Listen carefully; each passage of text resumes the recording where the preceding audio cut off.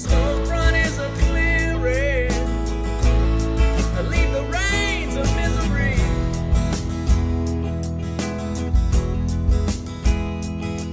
Well, I have to thank the Lord above, because I missed the storm below.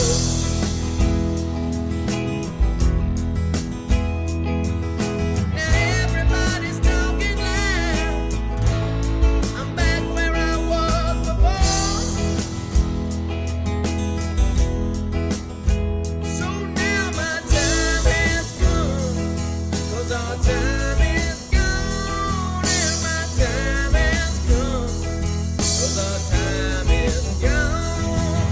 And I tried my best, oh, I tried my best, I tried my best, tried my best to be real.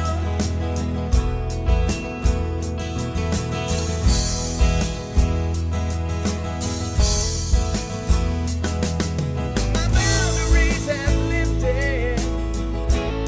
I'm in a much larger space.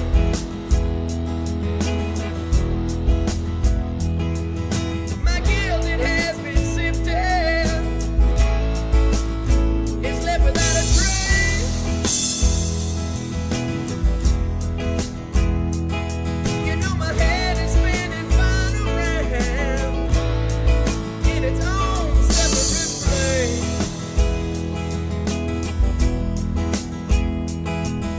Sometimes your life can bring you down. It can almost make you insane. So now my time has come, 'cause our time is gone, and my time has come, 'cause our time is gone. And I tried my best, tried my best, I tried my best, tried my best to be real. So way quick to happen when you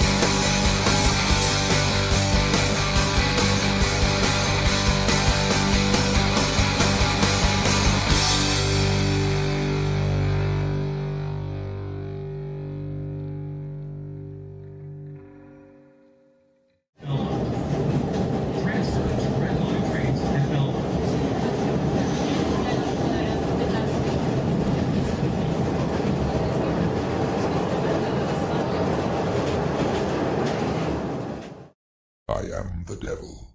I am the Lord Satan from the netherworld, ruler of the damned and eternal king of hell. Even I, the master of deceit, can only stomach so much bullshit from the mainstream media and indie grifters. That's why I tune in to Morning Extra with Uncle Warren, because he eliminates my competition, and also because I know I'm gonna see that motherfucker soon.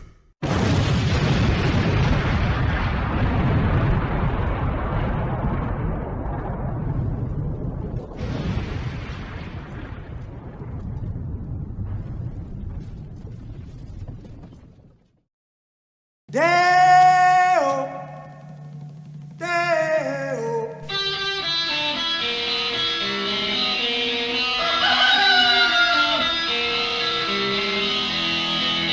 Baby's got a booger and a shooter and that naked all go down. Baby's got a booger and a shooter and that shit all go down. Corrosion to her thighs, erosion of her pride. Baby's got a shooter, baby's got corrosion now, corrosion now. Baby's got it.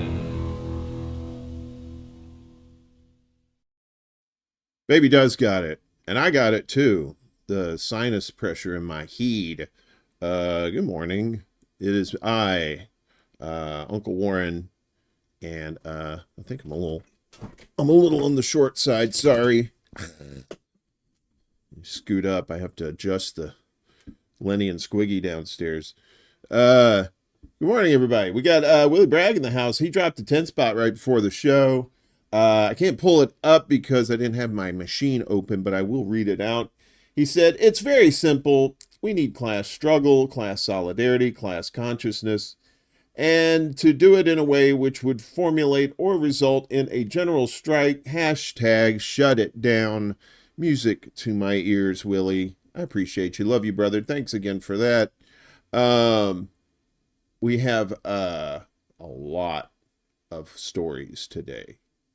Probably going to be the biggest show we've done, and it's probably going to go over 2 hours because it's a shit ton. We got Rick in the house. What's up, buddy?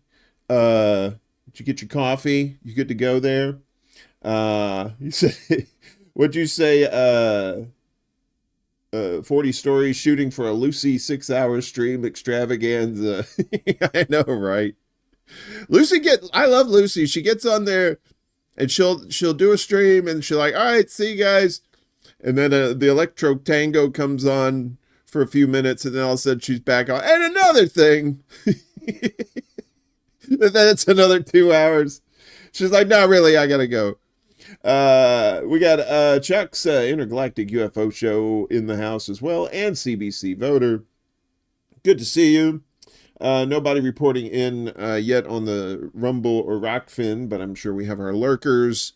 So good to see you guys, or at least I think you're there. And if you're not there, well, we'll see you later.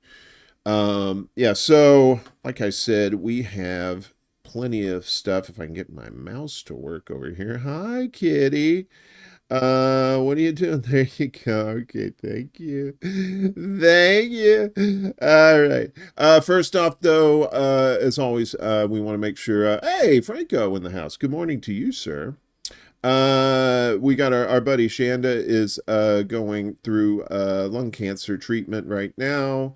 And she's been doing some updates on the Facebook there. So, it's never a good time, but she seems to be dealing with it fairly well. But she could use your help there if you want to contribute to her GoFundMe. The link is in the description down below.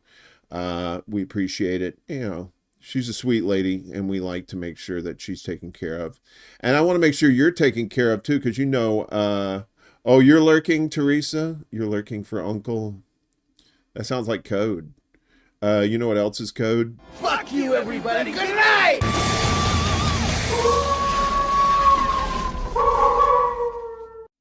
That's right, compadres. It's Rocktober. And Rocktober usually doesn't mean hurricanes, but oh boy. Milton's a-coming. making a beeline for Florida. And so let's, this is from WWL out of New Orleans. Let's get the latest.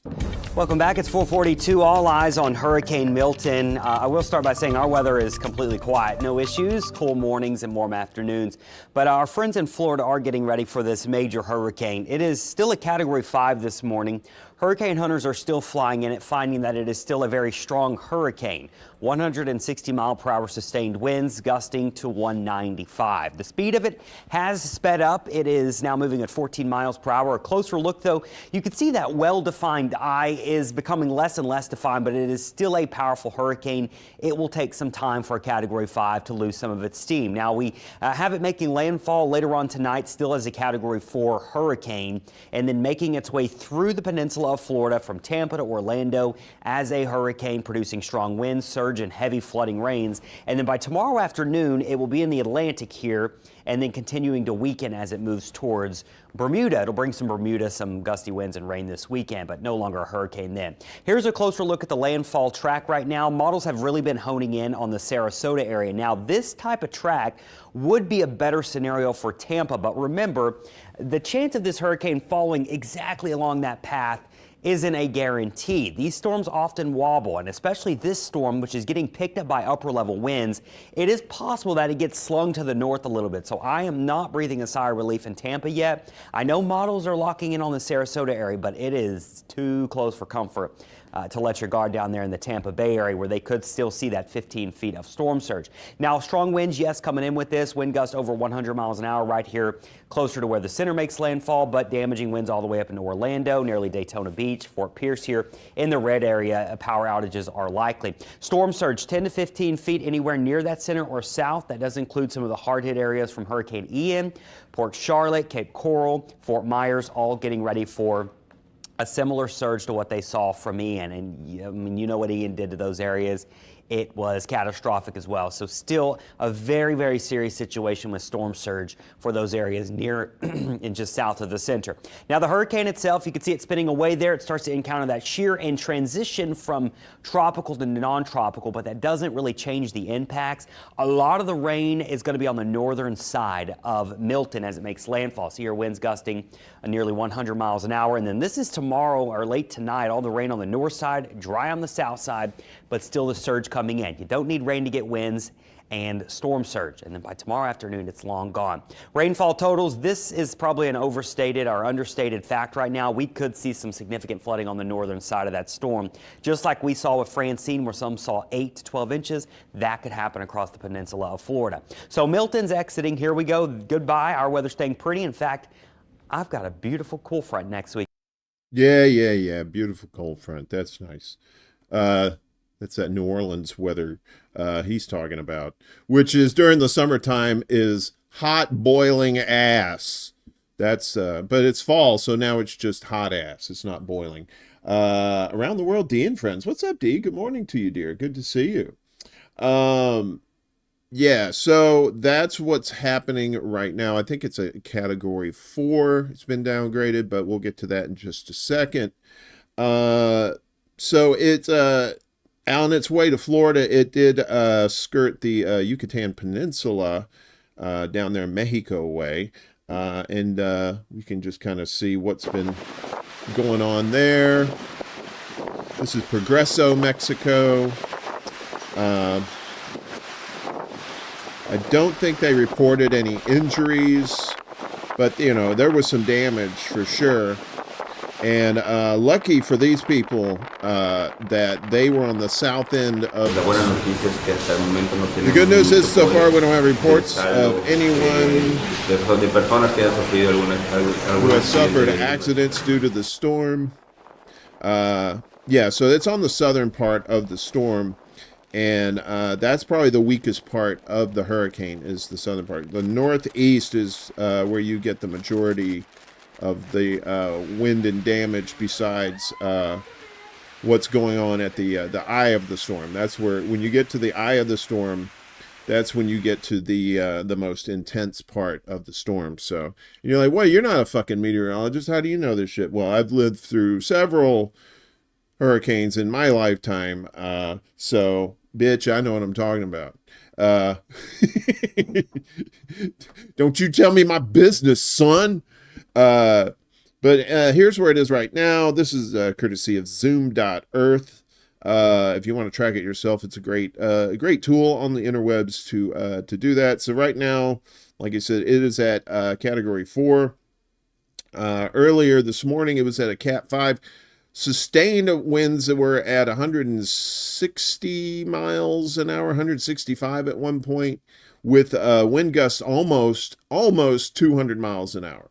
That's insane. That's like some Jupiter weather right there. So, and you can see here, it's taking this estimated track here, and we zoom in, you'll see there's Tampa here and Sarasota, and it looks like the eye is going to pass right over Sarasota.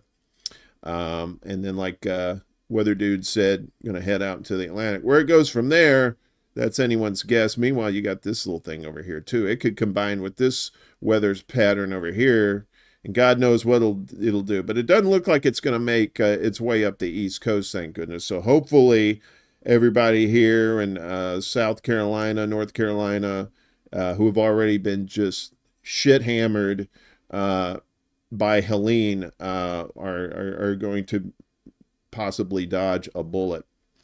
So U.S. is bracing for a not survivable storm. And there it is right there. Over 1 million people in Florida have been told to evacuate ahead of Hurricane Milton, a now Category 4 storm that's being touted as potentially the worst in over a century. Milton has caught meteorologists by surprise, strengthening from a tropical storm to a Cat 5 in just 2 days. It's expected to make landfall, like we said, near Tampa or Sarasota later on today. This could be the worst storm to hit Florida in over a century, said Joe Biden, who usually has pretty bad storms in his pants. Shit storms, that is. Governor Ron DeSantis urged Floridians to take the storm seriously, warning that time is running out for safe evacuations. If you're going to get out now, he said. Almost every place on the west coast of Florida could get a major storm surge. Milton is not survivable, Liz Albert, the mayor of Sarasota, told NBC News. You have to evacuate. And this is it from space right there. So it's a big storm too, very compact, and like we said, those winds are nothing to sneeze at. And the rain that Florida's already soaked. It's already had enough rainfall from the last few storms, and now there's going to be even more coming. Parts of Florida are still dealing with the devastation brought by Helene. That was a couple of weeks ago. The Cat 4 storm made landfall in the Big Bend region near the state capital, Tallahassee, before causing major floods further inland in Georgia and the Carolinas. Milton is a much stronger storm with wind gusts over 320 kilometers per hour and an unprecedented number of lightning events, according to meteorologists. It's not just residents that are fleeing to the north and the south of the state. The Florida Aquarium in Tampa has moved its penguins, snakes, lizards, alligators, turtles, toads, and crabs to higher grounds so they would be safe from flooding. Meanwhile, the State Bureau of Corrections has evacuated 4,636 inmates from prisons and jails in the path of the storm. Walt Disney World and Universal Studio theme parks both announced they would be closing ahead of the storm, as its projected path will take it over Orlando. It's just basically going to cut right through the middle of the state there. More than 1,500 flights in and out of Florida scheduled for today have been canceled. Tampa International Airport closed yesterday, while Orlando International said it would cease operations this morning. These things are nothing to sneeze at. And like I said, they're going to be getting plenty of rain too, so that means plenty of flooding. So Florida coast is facing an historic flood threat from Hurricane Milton. So it's weakened slightly, but remains a powerful hurricane in the southwest Gulf of Mexico, while now in the northeast Gulf of Mexico, threatening to flood the west coast of Florida with historic storm surge. And just a reminder, it's kind of like a storm surge is kind of like a slower moving tsunami. You get you get tides up to 10, 20 feet above average, and those that water just gets pushed inland from if you ever notice, like when you're stirring like a pitcher of drink or something, you see like the hole in the middle and everything it starts rising up on the sides. That's what a storm surge is. So next time you drink Kool-Aid, think of hurricanes. Almost the entirety of the west coast of Florida was under a hurricane or tropical storm warning yesterday, as winds spun towards Tampa Bay, one of the largest urban areas of the state, sucking energy from the Gulf of Mexico's warm waters. We told you about the massive evacuation underway. There's like 3 million people in the Tampa area as well. And the last time that region of the state saw a storm this massive was like way back in the day. This is the real deal here with Milton. The mayor of Tampa told a news conference, if you want to take on Mother Nature, she wins 100% of the time. That's true. She issued a dire warning to residents saying this is literally catastrophic. And I can say without any dramatization whatsoever, if you choose to stay in one of those evacuation areas, you're going to die. And that's the way you got to treat Florida people. Florida people don't know nothing until you tell them this thing's going to kill you. And even then, they'll still, drink it because, they like drinking. This is something I've never seen in my life. And I can tell you that anyone who was born and raised in the Tampa Bay area has never seen anything like this before. And so there was plenty of people trying to get the hell out of Dodge for sure. Flood warning has been issued for coastal southwest Florida, with some areas, including Tampa Bay, forecast to get 10 to 15 feet of storm surge. That level would be catastrophic for the Tampa metro area, inundating low-lying areas. Phil Klotzbach, a meteorologist at Colorado State University, told Al Jazeera. And like we said, it's I think it was moving at about 14 miles per hour, making a beeline towards Florida. But you can't let a good crisis go to waste when you're a scammer. This is from Common Dreams. Airlines and hotels price gouge Floridians fleeing Milton. But of course, you knew there was going to be some fuckery in this show. President Joe Biden called on Floridians in evacuation zones to leave their homes now yesterday, and the mayor of Tampa issued that stark warning we told you about. But desperate residents are grappling with the fact that hotels and airlines may make evacuating impossible for many. Florida bars companies from price gouging during an emergency like Milton, but as thousands of people began evacuating the state's western coast on Monday, accusations poured in about sky-high airline ticket prices in hotels in neighboring states that are charging exorbitant rates. A Hampton Inn in Brunswick, Georgia, was offering rooms for $617 for Wednesday night, when Milton is expected to hit. But as the Daily Mail reported, comparable rooms are available in the middle of the week in November for just $131. They call that event pricing, I believe. Hilton hotels in Kingsland, Georgia, more than doubled their rates, and a Marriott hotel that normally charges just $94 per night was offering a stay for $548 per night, or more than $700 for people who wanted to park their cars.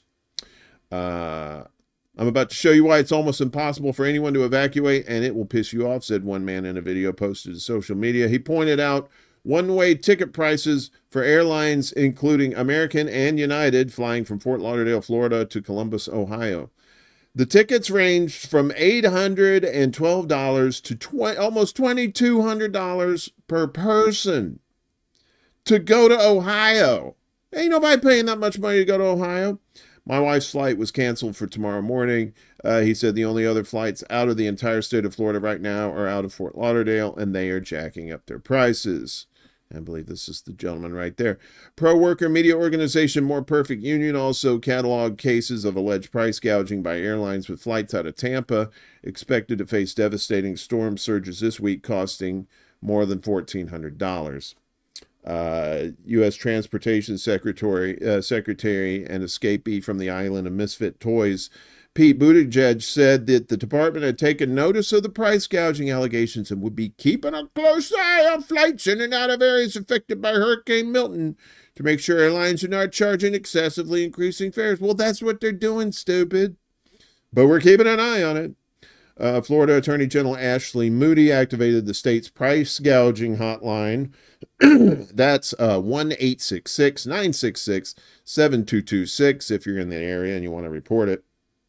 Earlier this year, but price gouging was reported during Helene last month in Florida, as well as other affected states, including ones that ban price gouging during emergencies. Well, how about that? We banned it, but I'm still going to do it. Evacuees also faced difficulty filling their cars yesterday, with 16% of gas stations in the state and 43% of those in the Tampa area without fuel. And then just the a little more about the storm there and what it's doing right now. So yeah, evil never sleeps, y'all. You know, people trying to escape with their lives, and they better get the checkbook out. Speaking of Helene, it was hospitals there were hit hard, and that means IV fluids are at a minimum. So this is from Task and Purpose. Okay. Military airlifts could be needed for IV fluids after Helene, one hospital group says. A week after Hurricane Helene knocked out a factory that produces more than half of the country's intravenous solutions, the president of a group that represents about 5,000 hospitals is suggesting that the U.S. military might need to fly in IV fluids from around the world as U.S. supplies rapidly dwindle, because, we can't keep nothing here in America. We keep sending it overseas. Richard J. Pollock, president and CEO of the American Hospital Association, urged President Joe Biden to invoke the Defense Production Act domestically and direct the Department of Defense to make transportation available for emergency supplies from other international sources. Such a call-up might mirror effects in 2022 that saw Air Force C-17s deliver payloads of baby formula from Europe when COVID issues drastically reduced U.S. output. Pollock's plea comes in response to the closing of Baxter International's North Cove factory outside Marion, North Carolina. Prior to Helene, the plant produced 60% of the country's IV solutions, or nearly 1.5 million bags per day. Baxter International announced on September 29th that damage from Helene had closed the plant.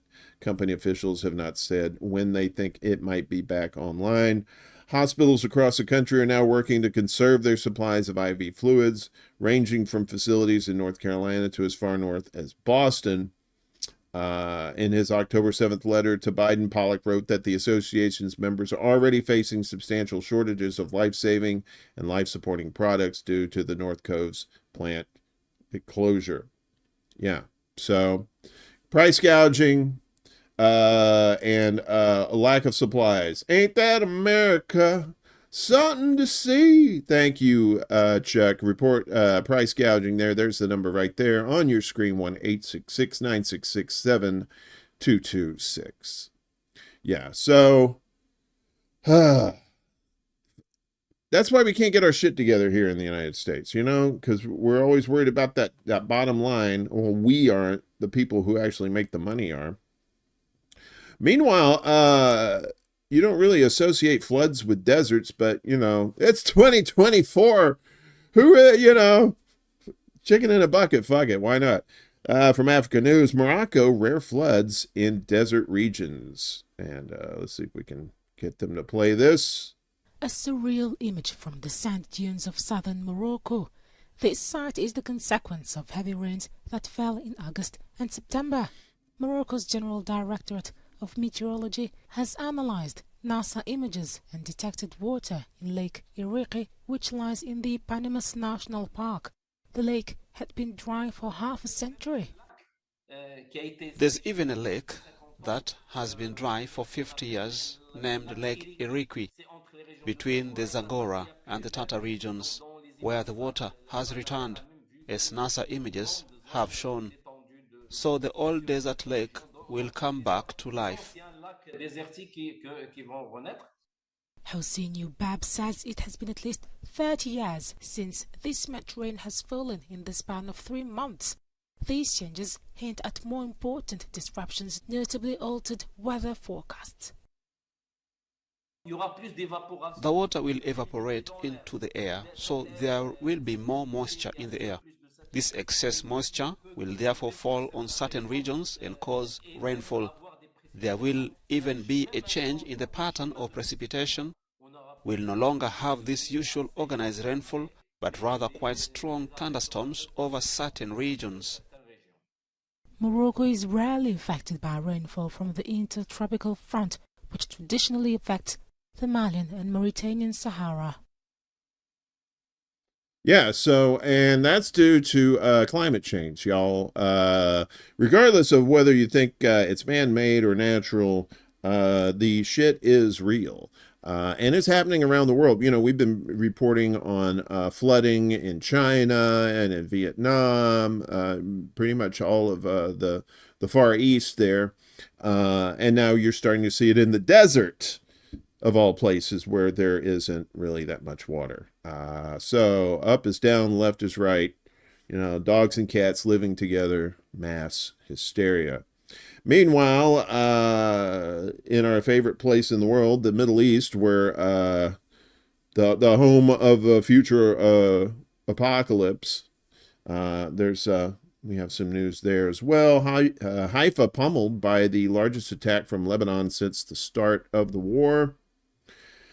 Hezbollah launched 2 large rocket barrages at targets in the Israeli cities of Haifa and Krayat. The Lebanese resistance movement announced on the afternoon of October 8th, that would be yesterday, as the movement's deputy secretary general gave a speech assuring resistance to Israel will continue.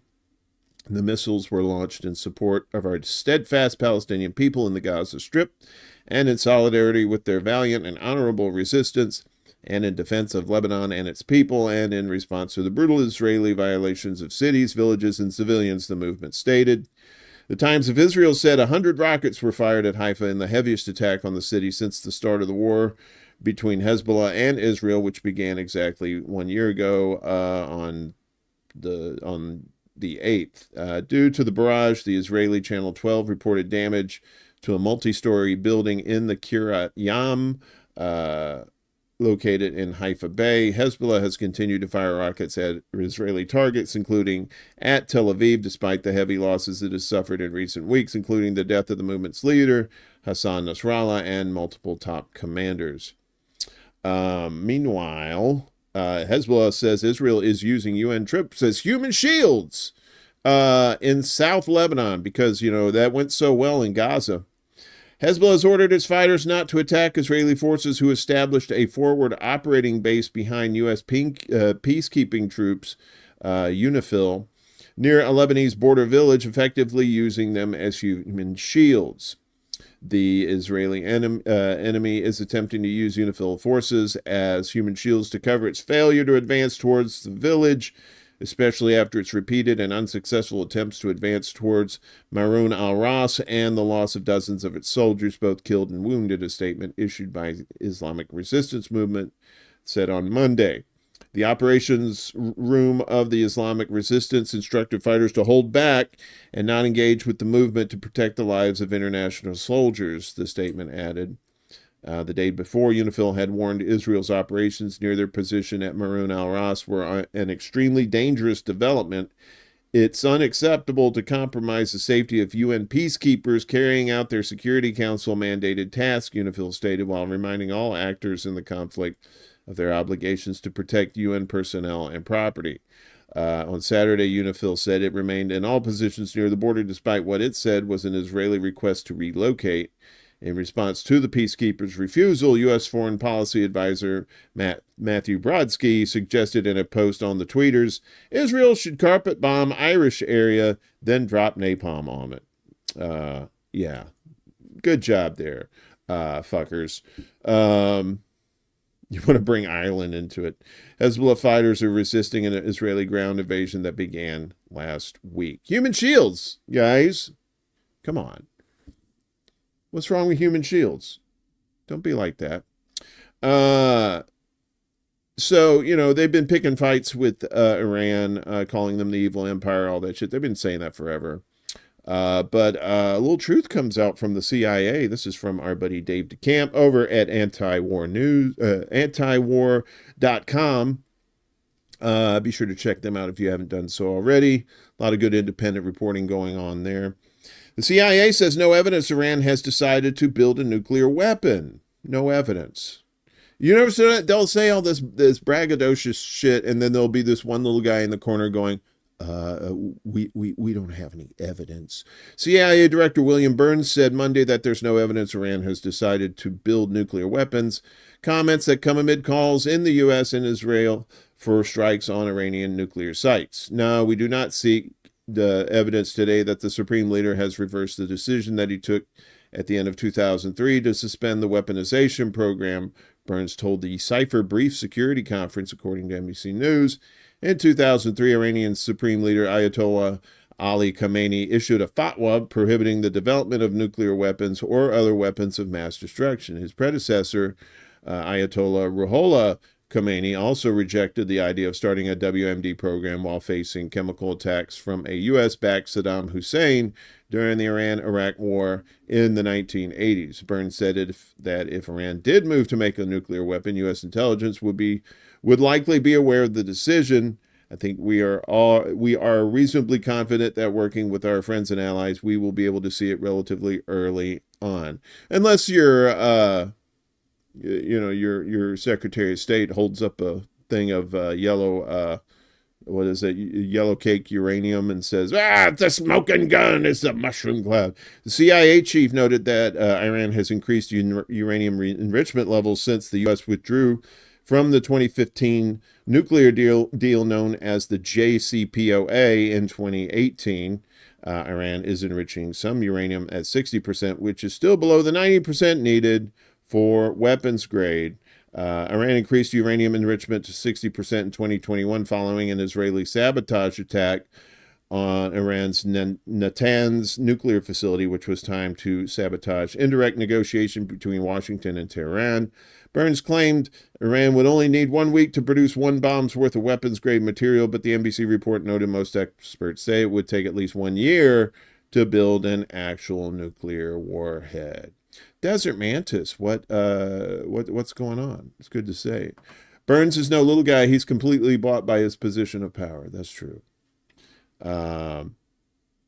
So all this saber rattling, as they say, they're like, they're gonna nuke us. No, they don't have any fucking nukes. Just chill the fuck out. You'll be fine. Meanwhile, Hezbollah has been keeping people out of Lebanon, despite what Israel says. Hezbollah continues repelling Israeli attempts to enter Lebanese towns. The Islamic resistance in Lebanon, Hezbollah announced a variety of operations throughout yesterday, including overnight defensive operations, confrontations with Israeli occupation forces near the Lebanese-Palestinian border, and long-range rocket attacks. Israeli occupation forces have been attempting to infiltrate Lebanese border towns and territories since last Monday, paired with a vicious campaign of airstrikes and raids. And don't forget those human shields. However, Hezbollah fighters have maintained their positions and thwarted 22 Israeli incursions since battles started. And this is a list of Hezbollah's rocket attacks on Tuesday, which included defensive actions and responses to the brutal Israeli onslaught on Lebanese territory.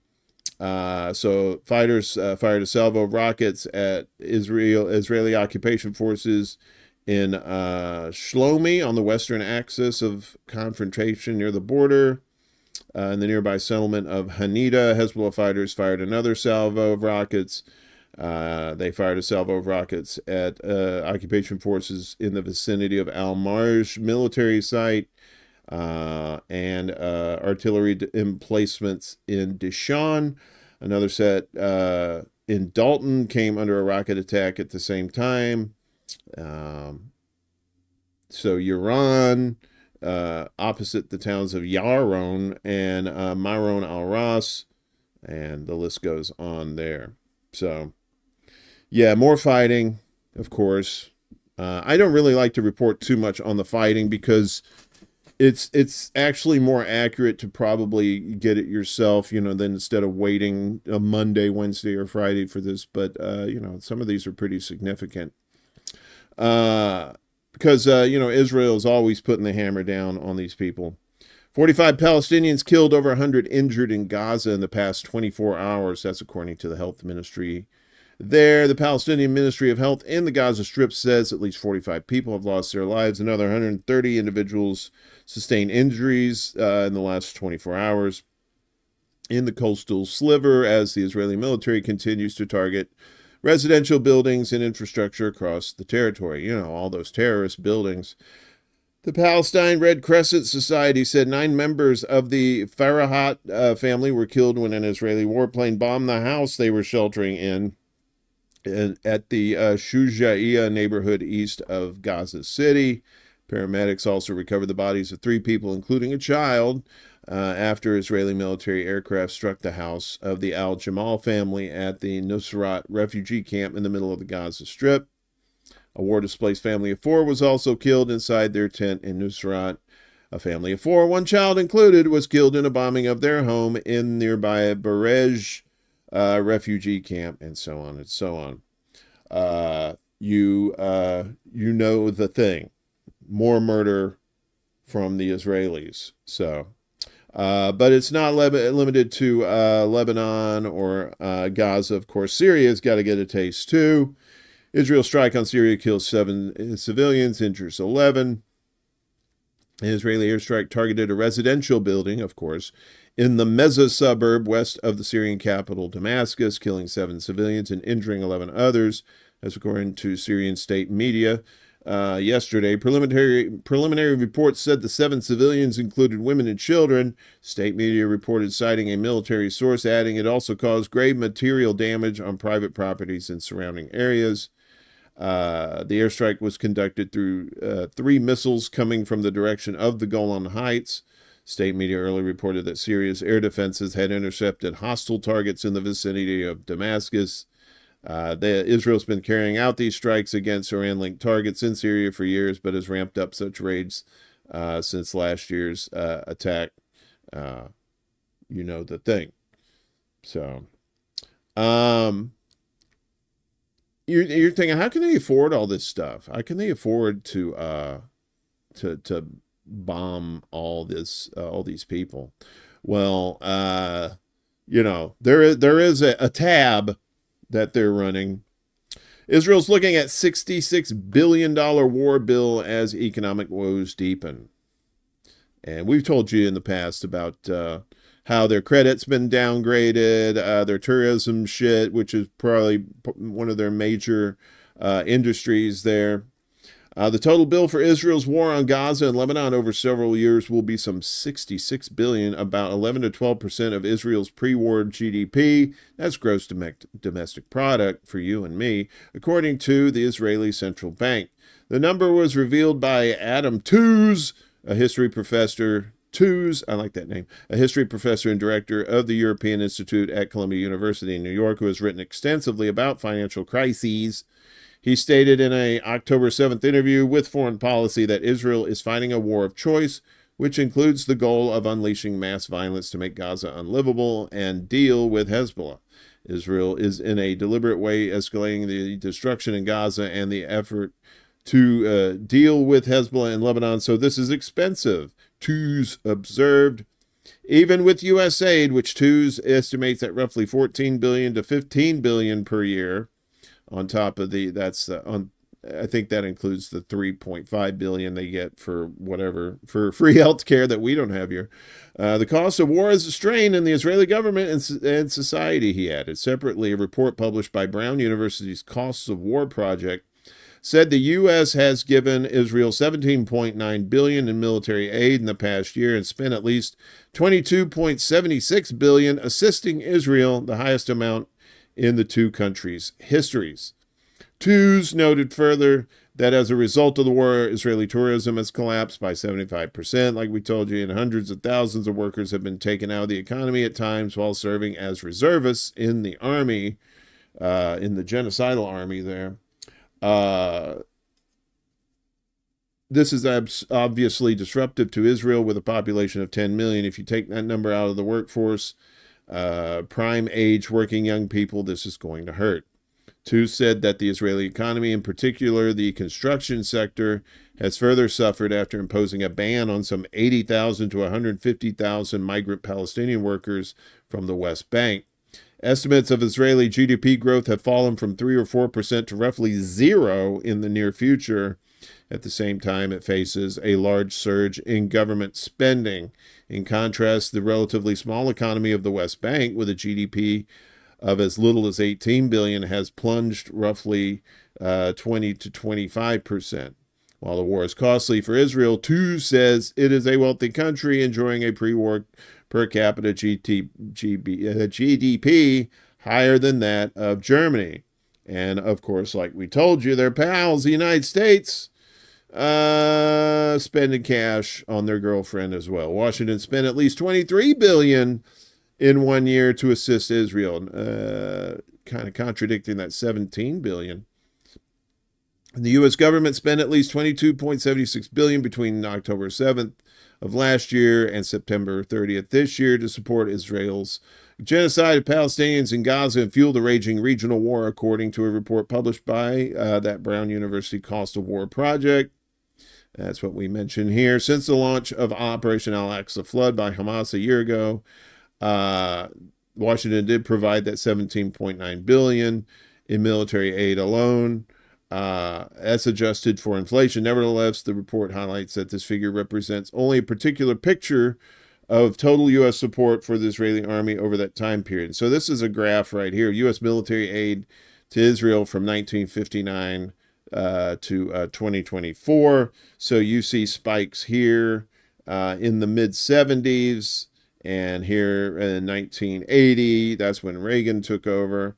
And the rest of the time, it's been relatively stagnant, except for 9/11 here. And then you get here, all the way up.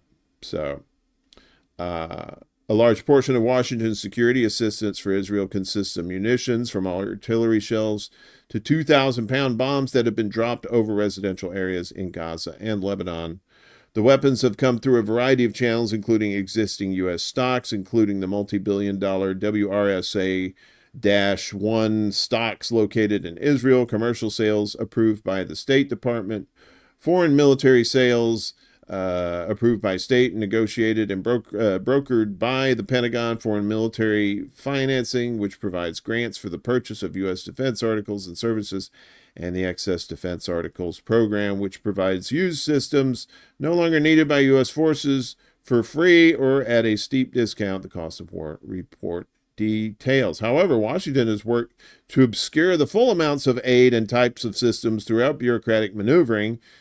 Because they don't want to look like they're, trying to. Basically, Israel's not their girlfriend. It's their sex worker. In particular, by making sure that over 100 arms deals signed with Tel Aviv over the past year did not exceed the threshold that would have required reporting them to Congress. Yeah, see? Just playing the edges there. 14 million for major defense equipment and 50 million for defense articles and services, ranging from weapon systems to equipment maintenance and military training. Of course, they want to hide that shit. It's an election year. And especially when high prices here and the what have you with the hurricane funds that are needed to help people get on their feet. And here's $750 and a hearty good luck to you. So of course they've been mulling this for a bit. The U.S. is considering launching airstrikes against Iran to support Israeli attack. The U.S., again, from antiwar.com. The U.S. has discussed the idea of supporting Israel's expected attack on Iran with intelligence or with airstrikes of its own, NBC News reported yesterday, citing two unnamed U.S. officials. The report said senior U.S. military officials have discussed launching very limited airstrikes against Iranian targets inside Iran or outside of the country, though the U.S. officials said intelligence support for Israel was more likely. So far, no final decision on U.S. action has been made, according to the report. And the U.S. official said Israel has not briefed the U.S. on its specific plans to strike Iran in response to the Iranian missile barrage that hit Israel last week. They haven't briefed him yet, but they probably give him a little wink, wink, wink. You know, Bob's your uncle. Yeah, so, and of course, there's Iran launching 200 ballistic missiles into Israel. You know the thing there. Yeah, so, you know, as Americans, this should really outrage you. Especially with this hurricane coming through. With Milton coming through, there's going to be extensive damage from it. And there's going to be more fuckery from the government because they said, you know, we only got enough money for Helene and, you know, anything else comes along. But oopsie sauce, look, all of a sudden. That's why Daddy drinks in the mornings.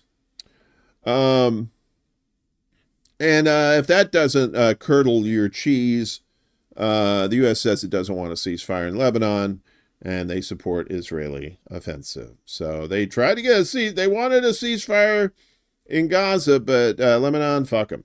State Department said yesterday it doesn't want to see a ceasefire in Lebanon and supports the heavy Israeli bombardment of the country to degrade Hezbollah.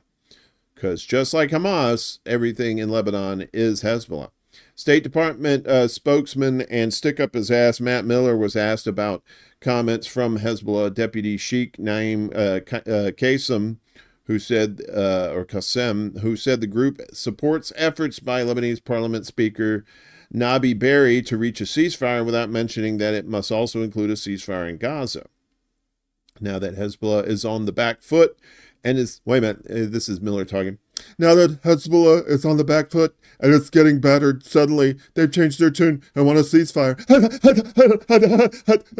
Miller claimed the U.S. ultimately wants a diplomatic solution, but voiced strong support for Israeli military operations, which have killed more than 1,250 people, including over 100 children. Keep killing those kids, man!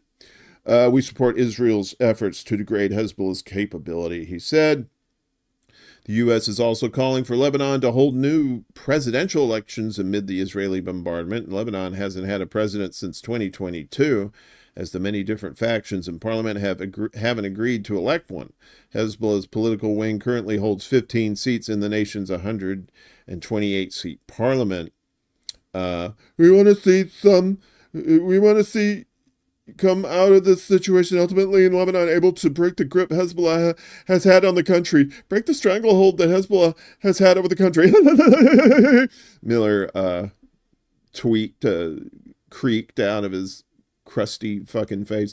The U.S. is still characterizing the Israeli assault on Lebanon as a limited incursion despite the massive bombings in Beirut and across the country. Yeah, and now the Dutch are getting in on the act as far as like calling Israel out on their bullshit. This is from the New Arab. Dutch prosecutors mull charges against Israel over ICC interference and espionage. Yipper 99, what's up, Yipper? Good to see you, bud. Yeah, so come on, Mouse, let's go down there. Prosecutors in the Netherlands, that's where your nether region is. Yes. Are considering a request to initiate a criminal case against senior Israeli intelligence officials for allegedly obstructing an investigation by the International Criminal Court, as reported by UK news outlet The Guardian. Last week, a group of 20 complainants, predominantly Palestinians, submitted the request, urging the Dutch prosecution service to investigate claims that Israel attempted to undermine the ICC's inquiry into alleged crimes in the occupied Palestinian territories.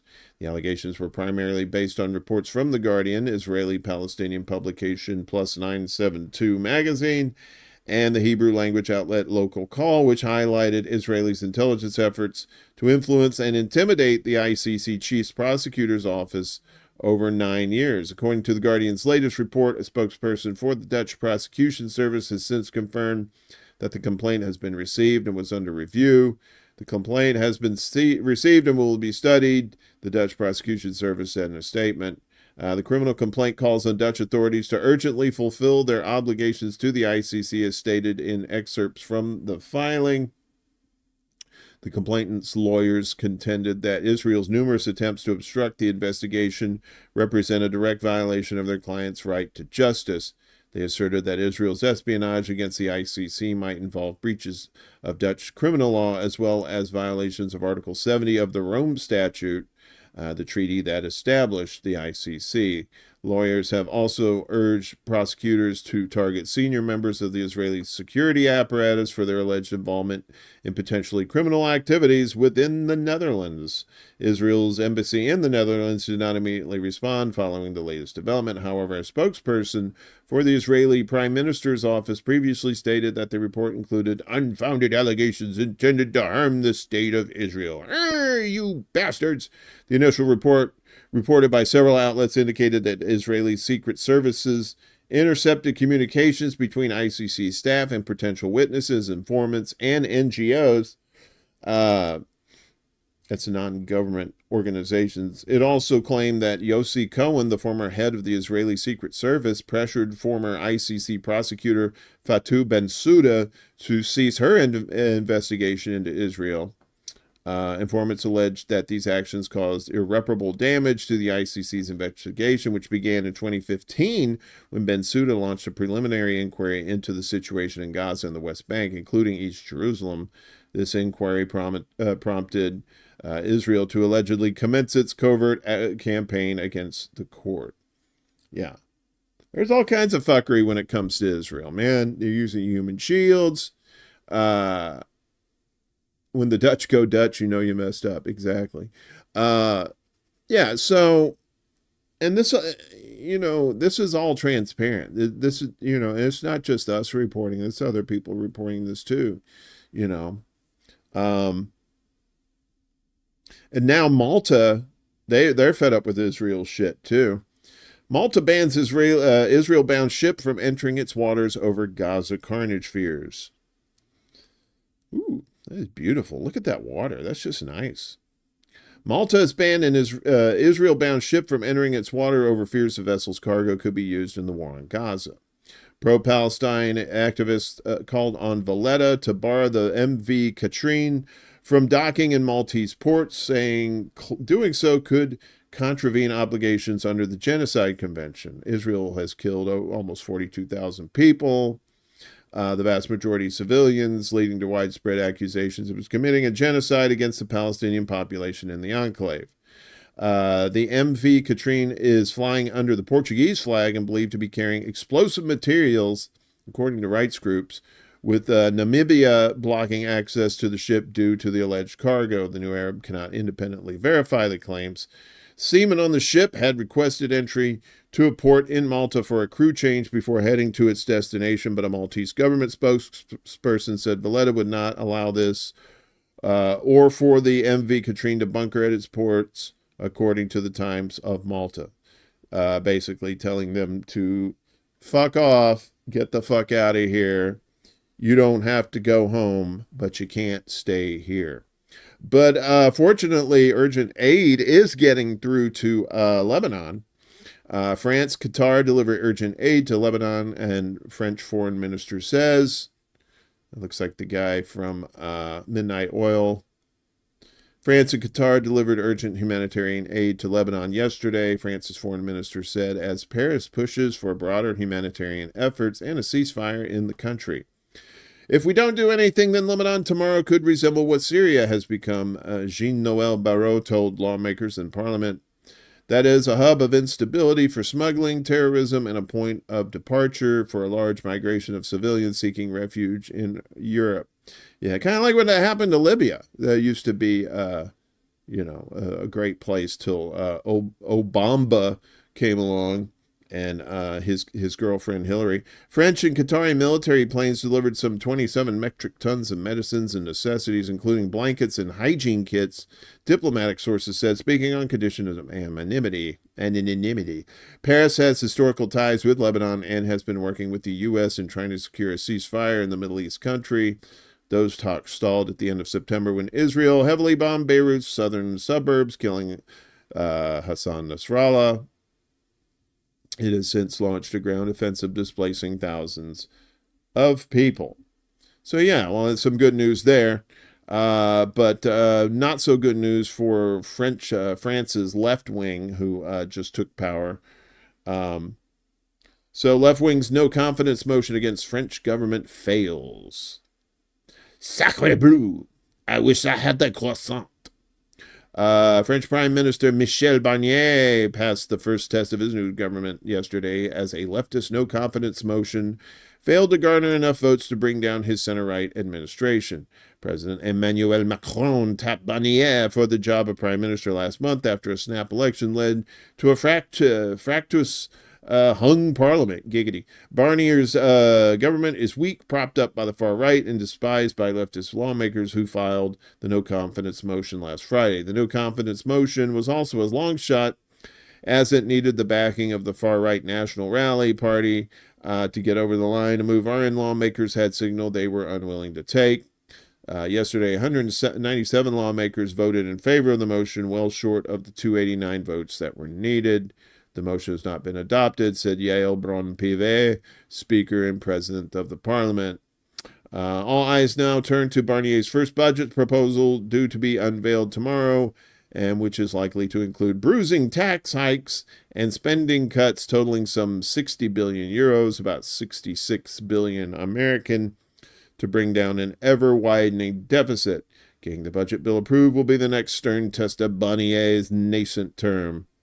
After Barnier set out his government's policy blueprint last week, the RN's Marine Le Pen said she wanted to, quote, give a chance to the prime minister, but she set out red lines, including that any tax increases be offset by increased spending power for the lower and middle classes. Yeah, so let me just do this real quick. I had a little OCD there with not being in the middle. I feel I want to be Malcolm in the middle. You know, they had, France had that snap election, and now Japan is doing the same. So Japan Prime Minister dissolves parliament for a honeymoon snap election. There he is. He said, I once caught a fish this big. Japanese Prime Minister Shigeru Ishiba dissolved parliament today, over there, ahead of October 27th snap elections, banking on his political honeymoon and a fragmented opposition to lead his scandal-tainted party to victory. Who doesn't love a scandal-tainted party? Ishiba's Liberal Democratic Party, LDP, has governed Japan almost uninterrupted for decades, albeit with frequent leader changes, and is almost certain to be reelected. But Ishiba, named prime minister just last week, wants to shore up his mandate to push through policies that include beefing up spending on defense, of course, as well as on poorer regions hit hard by Japan's demographic crisis. We want to face this election fairly and sincerely so as for this government to obtain public trust, Ishiba told reporters today. Later, the Speaker of Parliament read out a letter from the Prime Minister with the Emperor's seal, formally dissolving Parliament as lawmakers shouted the traditional rallying cry of Banzai! Apparently, they had those cute little trees, too, that, you do a little snip, snip, snippety snip. The 3-year government of Ishiba's predecessor, Fumio Kishida, suffered record-low approval ratings due to a slush fund scandal and voter discontent over rising prices. Polls last week give Ishiba's cabinet approval ratings of 45 to 50%, compared with 20 to 30% for the Kishida administration's final month. Don't worry, those numbers will go down. The longer they stay in, the more corrupt they'll be, and, well, the people know. Ishiba's backers hope the self-confessed defense geek and outspoken... How can you be a defense geek? I mean, if you just look at all these missiles with all these great little things. An outspoken critic of the LDP establishment will boost the party's popularity, including by persuading young people to vote. By dissolving parliament now, the 67-year-old wants to put his party to the test before his honeymoon period ends, which in America would be like the first 100 days of the president's new administration. Said that's you. Uchiyama, a political science professor at the University of Tokyo.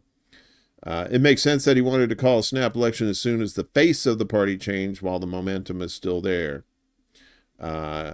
Uchiyama added that Ishiba also wanted to catch opposition forces flat-footed as the LDP's foes remain undecided about how to coordinate with each other in the election. But the Prime Minister's decision to call a snap election this early was also criticized for contradicting his previous vows to prioritize facing the opposition in Parliament. Some voters saw it as a disappointing sign that he had yielded to the pressure within his party to dissolve Parliament for political gain. Over the weekend, Ishiba announced that the LDP would not endorse some disgraced party members implicated in the political funding scandal in the election. That the announcement reflected his desire to demonstrate to the public that he can be strict and likely regain public trust in him a bit. So yeah, Japan. Good stuff there, right? Another island nation is going back to Mauritius. This is the Chagos Islands. The Chagos Islands returned to Mauritius, but tensions over evictions persist. Of course. The agreement made on October 3rd comes after nearly 2 years of negotiations and marks a significant turnaround after decades of British dismissals of Mauritian sovereignty claims, not to be confused with Martian sovereignty claims, Free Mars. Mauritius has claimed the Chagos Archipelago, renamed the British Indian Ocean Territory, or Biat, since its independence in 1968 and has garnered increased international support. Mauritian Prime Minister Pravind Jugnauth told his British counterpart Keir Starmer that the deal showed how a small country can win justice against major powers. He added, "Today, 56 years after our independence, our decolonization is complete. Now our national anthem can sound out even louder across our territory." Mauritian Foreign Minister Manish Goban shared this sentiment on the Twitter, saying that October 3rd would be a day to remember. He described the agreement as historic for respectful international law and diplomacy and said it addresses historical wrongs while recognizing the sovereignty and territorial integrity of nations. Meanwhile, Lammy defends the deal, saying it saves UK and US military bases, which is really what it's all about. There's David Lammy right there. Kind of looks like, what's his name from NBC, the weather guy? Well, before, he got all the fat sucked out of him. UK Foreign Secretary David Lammy praised the decision to return the Chagos Islands to Mauritius, viewing it as a way to protect a strategically significant UK and US military base. This comes in response to criticisms from opposing MPs who claimed that a valuable asset was being relinquished. Last week, the government announced its plan to transfer the islands to Mauritius, concluding a long-standing dispute over Britain's last African colony. However, the military base on Diego Garcia, which is a great restaurant too. Man, the guacamole there, delicious. Will continue to be managed by the UK. In a statement to Parliament, the Foreign Secretary highlighted the necessity of the agreement, stating that the existing situation was clearly unsustainable. Citing U.S. support for the deal, Lammy informed MPs, "It is crucial for our national security. Without secure tenure, the base cannot continue to exist. This agreement is beneficial for the UK, the US, and Mauritius." He added, "This is a victory for diplomacy. We saved the base. It has been secured for the long term. Oh, prim and proper." Lammy stated that this deal does not imply that similar agreements are forthcoming for Gibraltar or the Falklands. British sovereignty on the Falkland Islands, Gibraltar, and the sovereign base areas is not up for negotiation, he said. The situations are not comparable. This has been acknowledged across our overseas territories. On Monday, Conservative MPs interrupted Lammy regarding the deal, even though the previous government had participated in 11 rounds of negotiations, the last of which occurred just weeks before the general election. Negotiations began in November 2022 with Foreign Secretaries James Cleverly and David Cameron involved. Cleverly! What a clever name you have there. So, yeah. You get the islands back. Good for you. Hey, Steve, no, you're probably right in the middle of it. This is a long show today. We haven't even got to the propaganda watch, and that's going to be a huge fucking block, too. So I told you, man, that's like 44 stories we got going on here today, including Party opposed to India's stripping of Kashmir's autonomy wins election.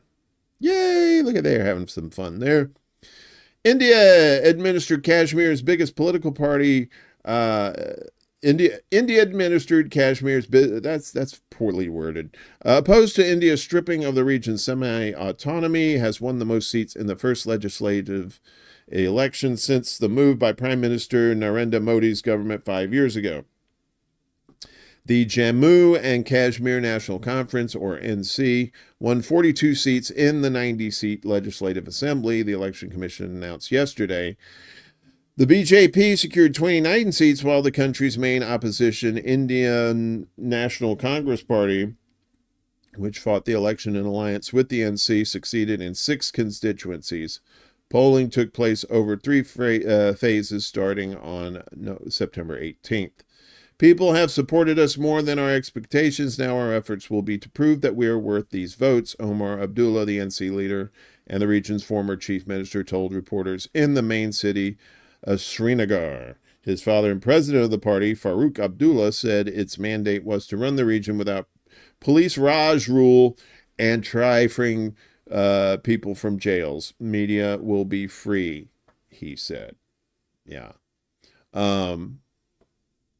In Tunisia, they had elections too, but it's a little bit more on the shady side, according to them. Dictatorship! Said's landslide re-election results met with doubt by Tunisians. So in Tunisia, the result obtained by President Kais Saied in Sunday's presidential election raised eyebrows among many observers who called the process a mockery. Incumbent Said, accused by the opposition and civil society of authoritarianism, was reelected with an overwhelming majority of 90.7% of ballots in a vote considered a foregone conclusion and rigged by the authorities. Said won the votes of just over 2.4 million people out of 9.7 million registered voters. The Independent High Authority for Elections announced on Monday evening. The election was marked by a record abstention rate. The voter turnout was 28.8%, the lowest since the introduction of democracy in 2011, following the ousting of longtime autocrat Zine El Abidine Ben Ali. In addition to Said, only 2 competitors were allowed to run out of 17 would-be candidates after the banning of the president's most serious rivals. Well, now that'll help you out. One of those allowed to run, liberal industrialist Ayachi Zamel, was imprisoned in early September and then sentenced to 12 years in prison. We told you about that, on charges of falsifying sponsorships a few days before the vote, which prevented him from running his campaign. The other candidate, Zuhair Magzawi, a former MP from Pan-Arab Left, has been a supporter of the sweeping power grab process initiated by Said in the summer of 2021, which included dissolving parliament and weakening counterpowers in what opponents have labeled a coup. Zamel received only 7.35% of the vote, while Magzoui got only 1.97%. Several Tunisians expressed their discontent on social media over results reminiscent of the dictatorship under Ben Ali. Curtain falls on Tunisian democracy, wrote journalist Amin Noussi. The authoritarian regime is closing with an electoral parody, which results in a poll broadcast at 8 p.m. on national TV announcing a victory for the president with 89.2%. What? That's this guy right here. Yeah, he looks like he's very happy there. With this result, Tunisia has now officially fallen into the ranks of dictatorial regimes. The thin facade of democracy has been ripped away, exposing the harsh reality of authoritarian rule, wrote activist Mohammed Ali Aziz. Others mocked the result, in which the arithmetic sum of the votes obtained by each candidate exceeded 100%. So you're doing the math here, 100.01%. So they got some extras in there. Yeah, so Tunisia having one, as it were, with their elections there. And, we told you about the displacements going on in Lebanon, and the same thing is happening in the Democratic Republic of Congo, as nearly 1 million are displaced there, according to the UN. Nearly 1 million people within the Democratic Republic of Congo have been displaced from their homes this year, according to UN Human Rights Chief. Yesterday, Volker Turk said the situation in the country was deteriorating by the day and voiced alarm at the growing numbers on death row after the DRC lifted its de facto moratorium on the death penalty. Turk, who visited the DRC in April, told the UN Human Rights Council that the Central African country was gripped by an explosive mix of escalating violence, regional and international interests, exploitative corporations, and weak rule of law. Man, it sounds like America. He said the number of victims of human rights violations was continuing to rise, with 85% of abuses committed in the conflict-affected East in the 12 months to June 1st. Armed groups were thought responsible for 61% of those violations. Some 700 new victims of sexual violence were recorded in that period. Armed groups abduct, hold captive, and subject women and girls to sexual slavery. Many have been killed after being raped. All cases are certainly not being reported. This is atrocious, Turk said. According to humanitarian sources, 940,000 more people have been internally displaced this year, bringing the total number of internally displaced people to more than 6.4 million. He added that 23.4 million people were food insecure, meaning they lack regular access to enough safe and nutritious food. We mentioned Ireland before, and the motherfuckers said we should bomb the fuckers. Well, Ireland said, fuck you, Ukraine. You take your Lucky Charms the fuck out of here. So Ireland mulls restricting housing for Ukrainians. Look at that. If you go to Dublin, everything is twice as much because, it's Dublin. The Irish government is considering ending its program of providing free housing to all new Ukrainian asylum seekers arriving in the country, the Irish Times has reported. The newspaper claimed that the officials in Dublin are also mulling introducing a maximum stay rule to encourage refugees already residing in publicly funded accommodation to start fending for themselves. And some of these countries have been doing that with Ukrainians who live in the western part of the country who are unaffected by the war with Russia. Just basically people looking for free shit. So in recent months, several EU member states have been gradually scaling back those programs, incentivizing them to seek employment or leave. Amid its ongoing mobilization and conscription push, Kiev has also called on European nations to reduce financial support to its citizens residing abroad, hoping to force draft-eligible men to return to their homeland. In an article on Wednesday, the Irish Times said the reported discontinuation of provision of free accommodation could take effect from next March, so not anytime soon. It also said that among other policy levers under consideration by Irish government officials, it's one that automatically terminates free housing for Ukrainians once their earnings rise above a certain threshold.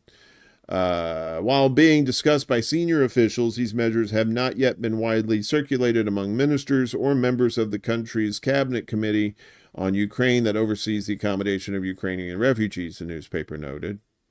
According to the Department of Integration data cited by the Irish Times, the number of Ukrainian asylum seekers living in state-provided housing currently stands at almost 36,000 people. In May, Irish authorities cut welfare handouts and limited state-funded accommodation for new arrivals to 90 days as opposed to a residency of indefinite duration. Explaining the need for the measure, Social Protection Minister Heather Humphreys said earlier this year that previous generous welfare arrangements were not sustainable in the long run. She added that the Irish government did not want this country to be more attractive than any of our other European countries. Well, just smile, Adam, and I'm pretty sure it won't be attractive. I'm kidding. Irish people have okay teeth. It's the British that have fucked up teeth. I believe so. I probably got canceled by them too, but fuck it. I'm party English. I can say that. In August, another EU member state, Hungary, announced that refugees coming from areas of Ukraine deemed by Budapest to be unaffected by the conflict would no longer be entitled to free accommodation, with exceptions made for vulnerable individuals. And meanwhile, last month, the EU Statistics Bureau, Eurostat, reported that in Germany, in just 1 month, some 236,925 Ukrainian refugees had lost their temporary protection status. The status introduced by the European Council grants asylum seekers from Ukraine the right to an extended visa-free stay in the country, as well as free accommodation, medical care, and education. Medical care? Free medical care? All you got to do is run from a war? Oh, okay. That sounds good to me, right? Maybe we should become Ukrainians. Maybe we'll get some free health care. So we told you a while back that Russia is changing its nuclear policy, and basically stating that, you know what, if you guys are going to use nukes, we're going to use nukes too, and we're not even fucking around with that anymore.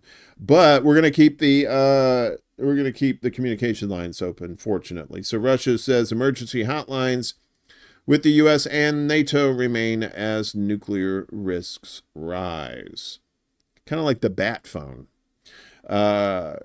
Russia said yesterday it still had an emergency hotline with the U.S. and the NATO military alliance to deflate crises as nuclear risks rise amid the gravest confrontation between Moscow and the West since the depths of the Cold War. The 2.5-year-old Ukraine war is entering what Russian officials say is its most dangerous phase as Russian forces advance, and the U.S. ponders allowing Kiev to strike deep into Russia with Western missiles.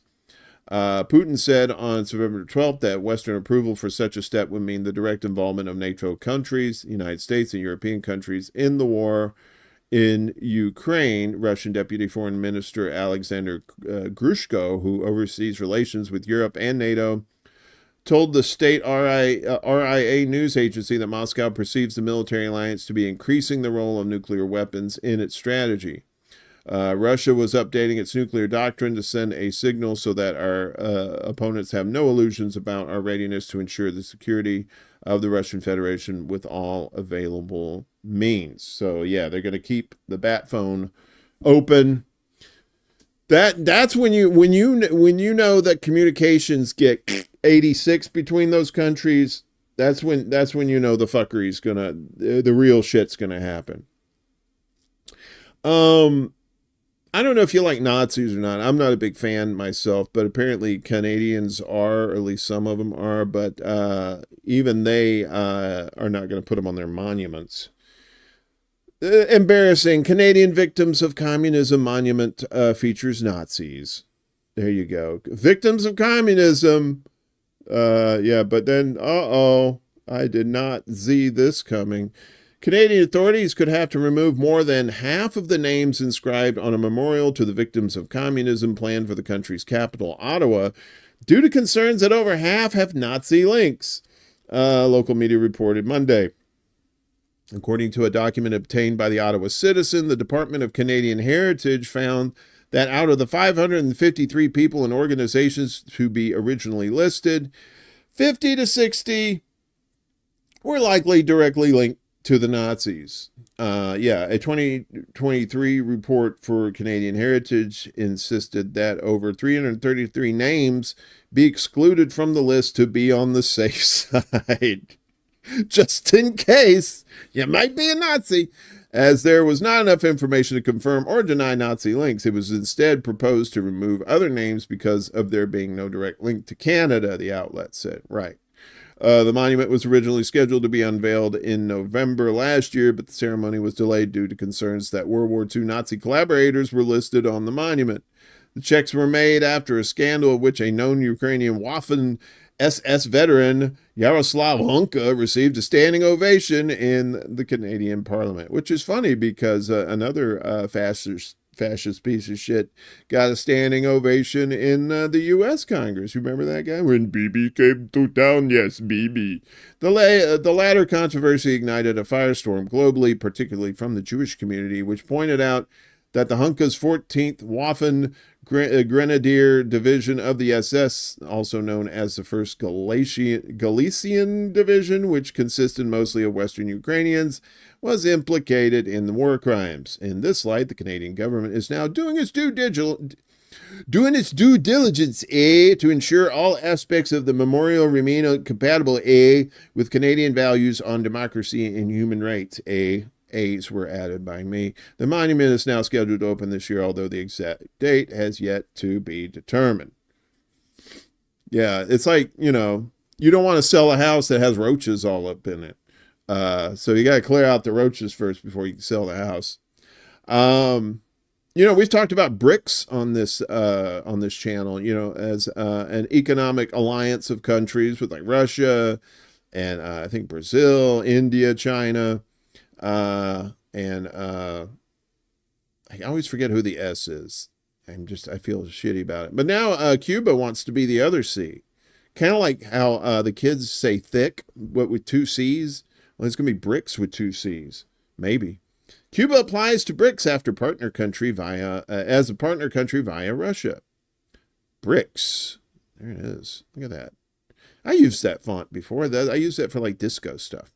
The Cuban government has submitted an official request to join the BRICS bloc as a partner country in a letter to Russian President Vladimir Putin, who currently chairs the organization, according to Carlos Pereira, the Director General of Bilateral Affairs at the Cuban Foreign Ministry. And I just want to say, as a side note, not really related to this, seeing Putin here or there, if you go to the RT's website, they have this thing where Putin, it's like a collection of him, his speeches where he's speaking in English, and it's just like so weird. He sounds like so formidable when he's speaking in Russian, but when he speaks in English, he kind of sounds like somebody from Cleveland. Cuba has officially requested to be included in BRICS as a partner country in a letter to Russian President Putin, who is the interim chairman of the association, which is strengthening its position as a key player in global geopolitics and the hope of the global South. Pereira said on the tweeters. Russian ambassador to Cuba, Victor Coronelli, previously informed Sputnik that Moscow anticipates a delegation from Cuba at the BRICS summit in Kazan. Kazan! Poof.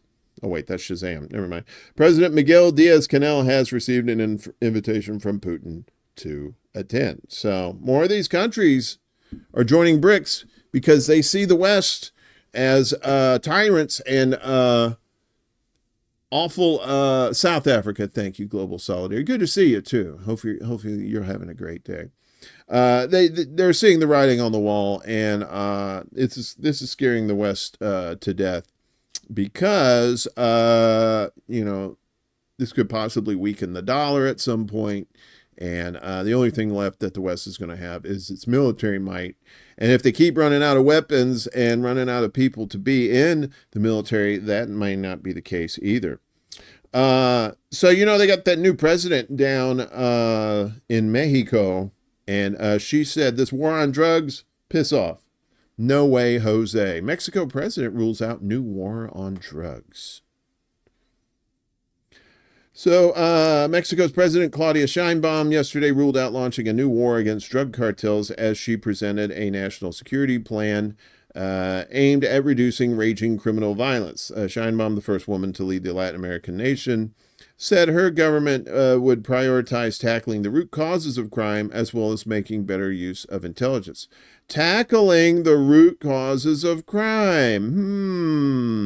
United States, we have the war on drugs, but basically it was fueled by the CIA, so our own government was doing that. So hopefully she doesn't run into the same thing. Pretty sure the CIA is going to be like, I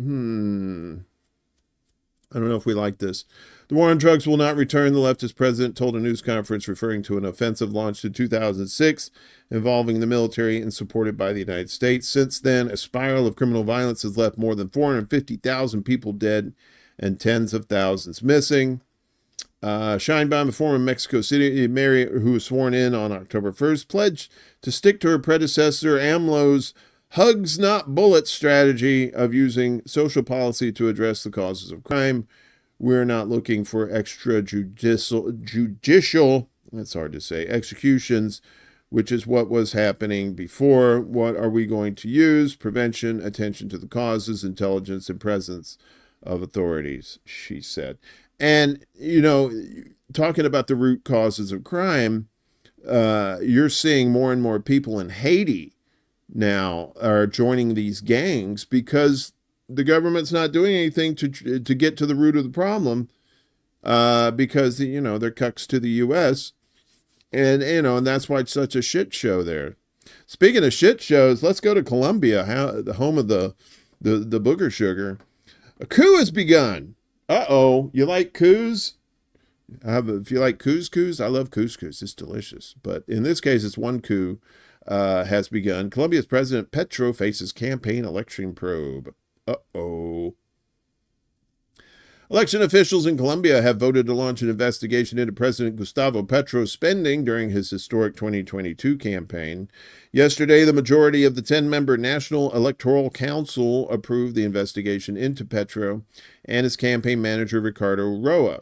The probe relates to alleged violations of campaign finance limits by Petro and Roa, who currently serve as the chief executive of Colombia's majority state-owned energy company, Ecopetrol. Petro, who became Colombia's first leftist president following his 2022 election victory, quickly dismissed the investigation as an attempt to unseat him.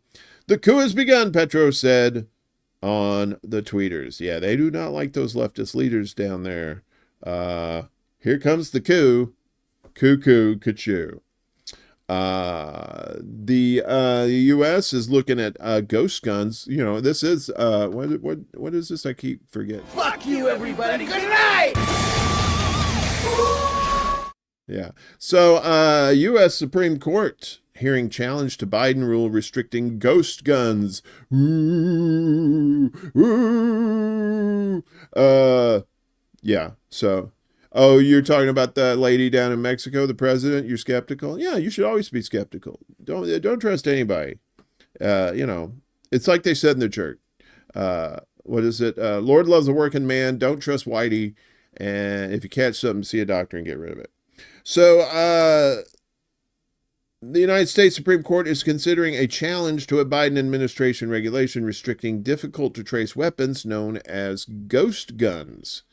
The Bureau of Alcohol, Tobacco, Firearms, and Explosives, also known as my cousin down in Tennessee, rule is focused on gun kits that are sold online and can be assembled into a functioning weapon in less than 30 minutes. The finished weapons do not have serial numbers, making them nearly impossible to trace, but they have been increasingly linked to crime in recent years. The Biden administration issued the rule in 2022 as part of a series of executive actions after the number of ghost guns seized by police around the country soared from fewer than 4,000 in 2018 to nearly 20,000 in 2021, according to Department of Justice data. As you should be, Yipper. Bless you, my child. Nearly 700 ghost guns were linked to murder and attempted homicide investigations during that time. The rule requires companies to treat the kits like other firearms by adding serial numbers, running background checks, and verifying that buyers are 21 or older. Those basic requirements are crucial to solving gun crimes and keeping guns out of the hands of minors, felons, and domestic abusers, Solicitor General Elizabeth Preligar argued before the Supreme Court yesterday. But in recent years, companies like the respondents here have tried to circumvent those requirements. They've begun selling firearms as easy-to-assemble kits that require minimal work to be made functional. Those untraceable guns are attractive to people who can't lawfully purchase them or who plan to use them in crimes, she said. As a result, our nation has seen an explosion in crimes committed with ghost guns. When I first read this, I thought ghost guns, they were just guns that had like a sheet over them with the two eye holes, like, ooh, or it's like you could see through it or something like that. But, I'm kind of mentally challenged when it comes to stuff like that. I can't be taken seriously. Finally, TikTok, not the clock, but the app, getting new lawsuits in the U.S. as it's being accused of harming children. Popular social media platform TikTok has been accused of harming and failing to protect young people in a slew of new lawsuits filed by several U.S. states. The lawsuits filed on Tuesday in New York, California, and 11 other states, as well as the District of Columbia, add to continuing legal challenges the Chinese-owned company is already embroiled in the United States. The latest filings accuse the company of intentionally using addictive software to keep children watching as long as possible, as well as of misrepresenting the effectiveness of its content moderation. TikTok has rejected the allegations, many of which we believe to be inaccurate and misleading, they said. It also said it was disappointed the states chose to sue rather than work with us on constructive solutions to industry-wide challenges. The platform's parent company, ByteDance, which is also my 80s breakdance name, is also fighting proposed legislation that could ban the app in the U.S. The company has previously said that it strongly disagrees with allegations it fails to protect children and has said that it offers robust safeguards for teens and parents. U.S. legislators have argued that the app could allow the Chinese government to access user data and influence Americans through its wildly popular algorithm. The White House has backed the bill. Yeah, because you know what, the Chinese in there, because our government's already up in there. You know, we can't have competition. Legislators and the White House, however, are at odds with many of TikTok's 170 million U.S. users, representing roughly half the country, as well as civil liberties and digital rights groups who say a ban would infringe on freedom of speech. Guys, it's 10:41 here in the Central Time Zone. We haven't even got to the propaganda watch. Holy shit, we got so much in there. It's delicious and nutritious. I wouldn't ask for another. Sharing of biased and false news has become all too common on social media. More alarming, some media outlets are true without checking facts first. Unfortunately, some members of the media use their platforms to push their own personal bias and agenda to control exactly what people think. And this is extremely dangerous to our democracy. All right, so a couple of quick hits from the tweeters. This is from Mikdad Versi. So he brings up initial BBC headline reporting facts of what happened, later changed to Israeli narrative. It's relentless. So the first one says Israeli airstrike kills 18 people in occupied West Bank, and then it was changed to Israeli strike kills Hamas commander in occupied West Bank. And then this guy, not this guy. You know, I told you about Human Muppet, Matt Miller. Well, so this is from Asal Rod. He said, wow, it's about 3 minutes, but it's worth it. Watch the exchange with the state spokesperson, the Secretary of State spokesperson. And this is part of the script, but you just got to listen to it. This is just really ridiculous. We've given them, or taxpayers paid for, almost $23 billion in the last year alone. That's almost $3,000 for each and every Israelis. So you have absolutely no leverage on, no pressure. You cannot tell them do this or not do this. So we make very clear to the government of Israel what we believe that are the best outcomes along a number of different vectors in the region. But as you've heard me say before, they're ultimately a sovereign country and have to make their own decisions. Yes, but I understand. But a sovereign country that received from American taxpayers that received $22 billion. So first of all, that number is not correct. It fine, conflates 17. a number of different things. But it's not. It's not correct. It's off. Okay, it conflates. well, half of that. So what is the number? I don't have the exact number, but if you look at the, I know Let's say half of the that. number you're referring to. This is the number that came out of. Yeah, which it Well, I mean, AP, there was So what's the U.S. So, government? What does the U.S. government think that it has given Israel since October 7th? So I don't know. We give them $3.3 billion a year, and there was additional money that was appropriated in the supplemental. The reason it's hard to answer that question definitively is they're different. Don't want to. That's why. No. There are different ways of looking at it. There's money that is appropriated. There's money that's allocated, and then not actually delivered for years to come. Educational organizations that have come up with estimates. This building, at least, which is in charge of arms transfers, at least many of them, hasn't seen fit to come up with an update since July of last year. Yeah, I just don't have the update. I'm just telling you that number. You can look at that number and see how it conflates a number of things, including direct U.S. military spending to combat the Houthis attacking international shipping, which is included in that number, which is obviously not aid to Israel. It can't be that difficult to separate what has been given to them post October 7th in terms of things that were not approved before then under the MOU, stuff that went to them specifically for the Gaza operate and now Lebanon. So it depends how you look at it. Is it the amount that's been allocated to them? Is it the amount that's been delivered to them? Is it an amount that is going to be delivered? I'll take any of them. No, right I know. now. That's the point. Is when you ask the question, it's a difficult one. I don't have the numbers here at my fingertips. Obviously, I'm just pointing out that the number that Saeed referred to. Someone's got to have the numbers someplace.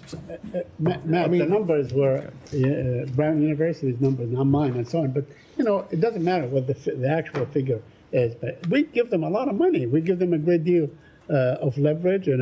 We give them obviously a great deal of political coverage in the UN and many other places and so on. And to suggest that this huge and lengthy partnership really does not exact any kind of leverage with the Israelis. Don't you question that? That's not what I said. The thing that I said is that we are a sovereign country with our interests. They are a sovereign country with their interests. Right. We have very direct conversations with them about what we think the appropriate path forward is. But ultimately, like every sovereign country, they have to make their own decisions. Yeah, you get the gist. Anyway, yeah, so that no shoulder motherfucker talking shit. That's why I can't watch those news conferences like that with these assholes. Like there's another one, Patel guy, and then there's some chick from the I think she's from the Pentagon, and they all say the same shit. It's like, well, they're a sovereign country. We have to, defend. They have to defend themselves, right? Blah, blah, blah, blah, blah. Poor Dirt Farmer in the house. Good to see you, brother. I hope you're safe down there. I know, yeah, you've been through a few of these. This ain't your first rodeo, so I know you got contingencies. But in any event, please stay safe. I don't know if a lot of you guys may be on Discord or use Discord, but apparently Russia is saying no dice, precious. Russia blocks instant messaging platform Discord. Hello.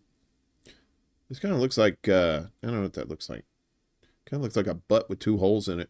Russia's communications regulator has blocked instant messaging platform Discord from violating Russian law, the TASS news agency reported yesterday, making the San Francisco-based company the latest foreign technology platform to be restricted in Russia. Discord did not immediately respond to a request for comment because they got locked out of their server and they couldn't figure out a way to get back in. Russia has for several years ordered foreign technology platforms to remove content it regards as illegal, issuing relatively small but regular fines when it rules that companies have failed to comply. The regulator, last week ordered Discord to delete almost 1,000 items it deemed illegal and has previously fined the company for failing to remove banned content. Moscow blocked Twitter, which is since rebranded as X, as well as Meta platforms Facebook and Instagram soon after the invasion of Ukraine in February 22. Not to be outdone, Turkey said, yeah, fuck Discord. They banned it too. Turkish authorities have blocked access to the popular instant messaging platform after concerns were raised that the app was being used to target children for grooming, blackmail, and cyberbullying. This move comes after the platform found itself banned in Russia, as we just said. Turkey's Information Technologies and Communication Authority officially published the access ban decision on its website today following a ruling by the Ankara First Criminal Court of Peace. Justice Minister Yilmaz Tunç, that's an interesting name, has explained that the court has ordered all publications on the social media platform to be removed and for access to the website to be restricted in the country due, he explained, to sufficient suspicion that the crimes of child sexual abuse and obscenity had been committed using Discord.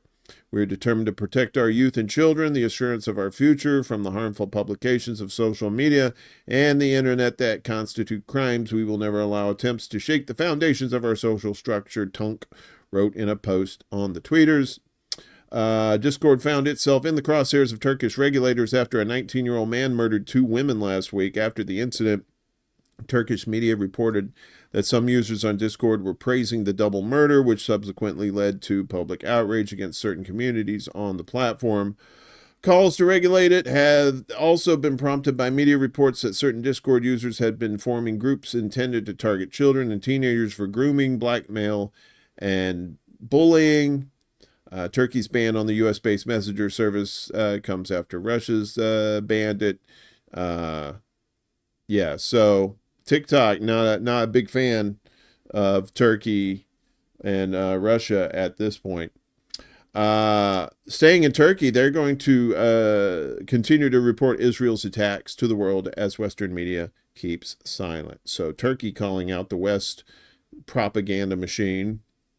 Turkey will continue to announce Israel's attacks to the world as Tel Aviv, backed by Western media, and government systematically targets journalists to suppress the truth. Communications Director Fahrettin Altun said yesterday, "We will continue to expose and cry out against the evil and double standards of the global network that remained silent while nearly 200 journalists were killed in Gaza.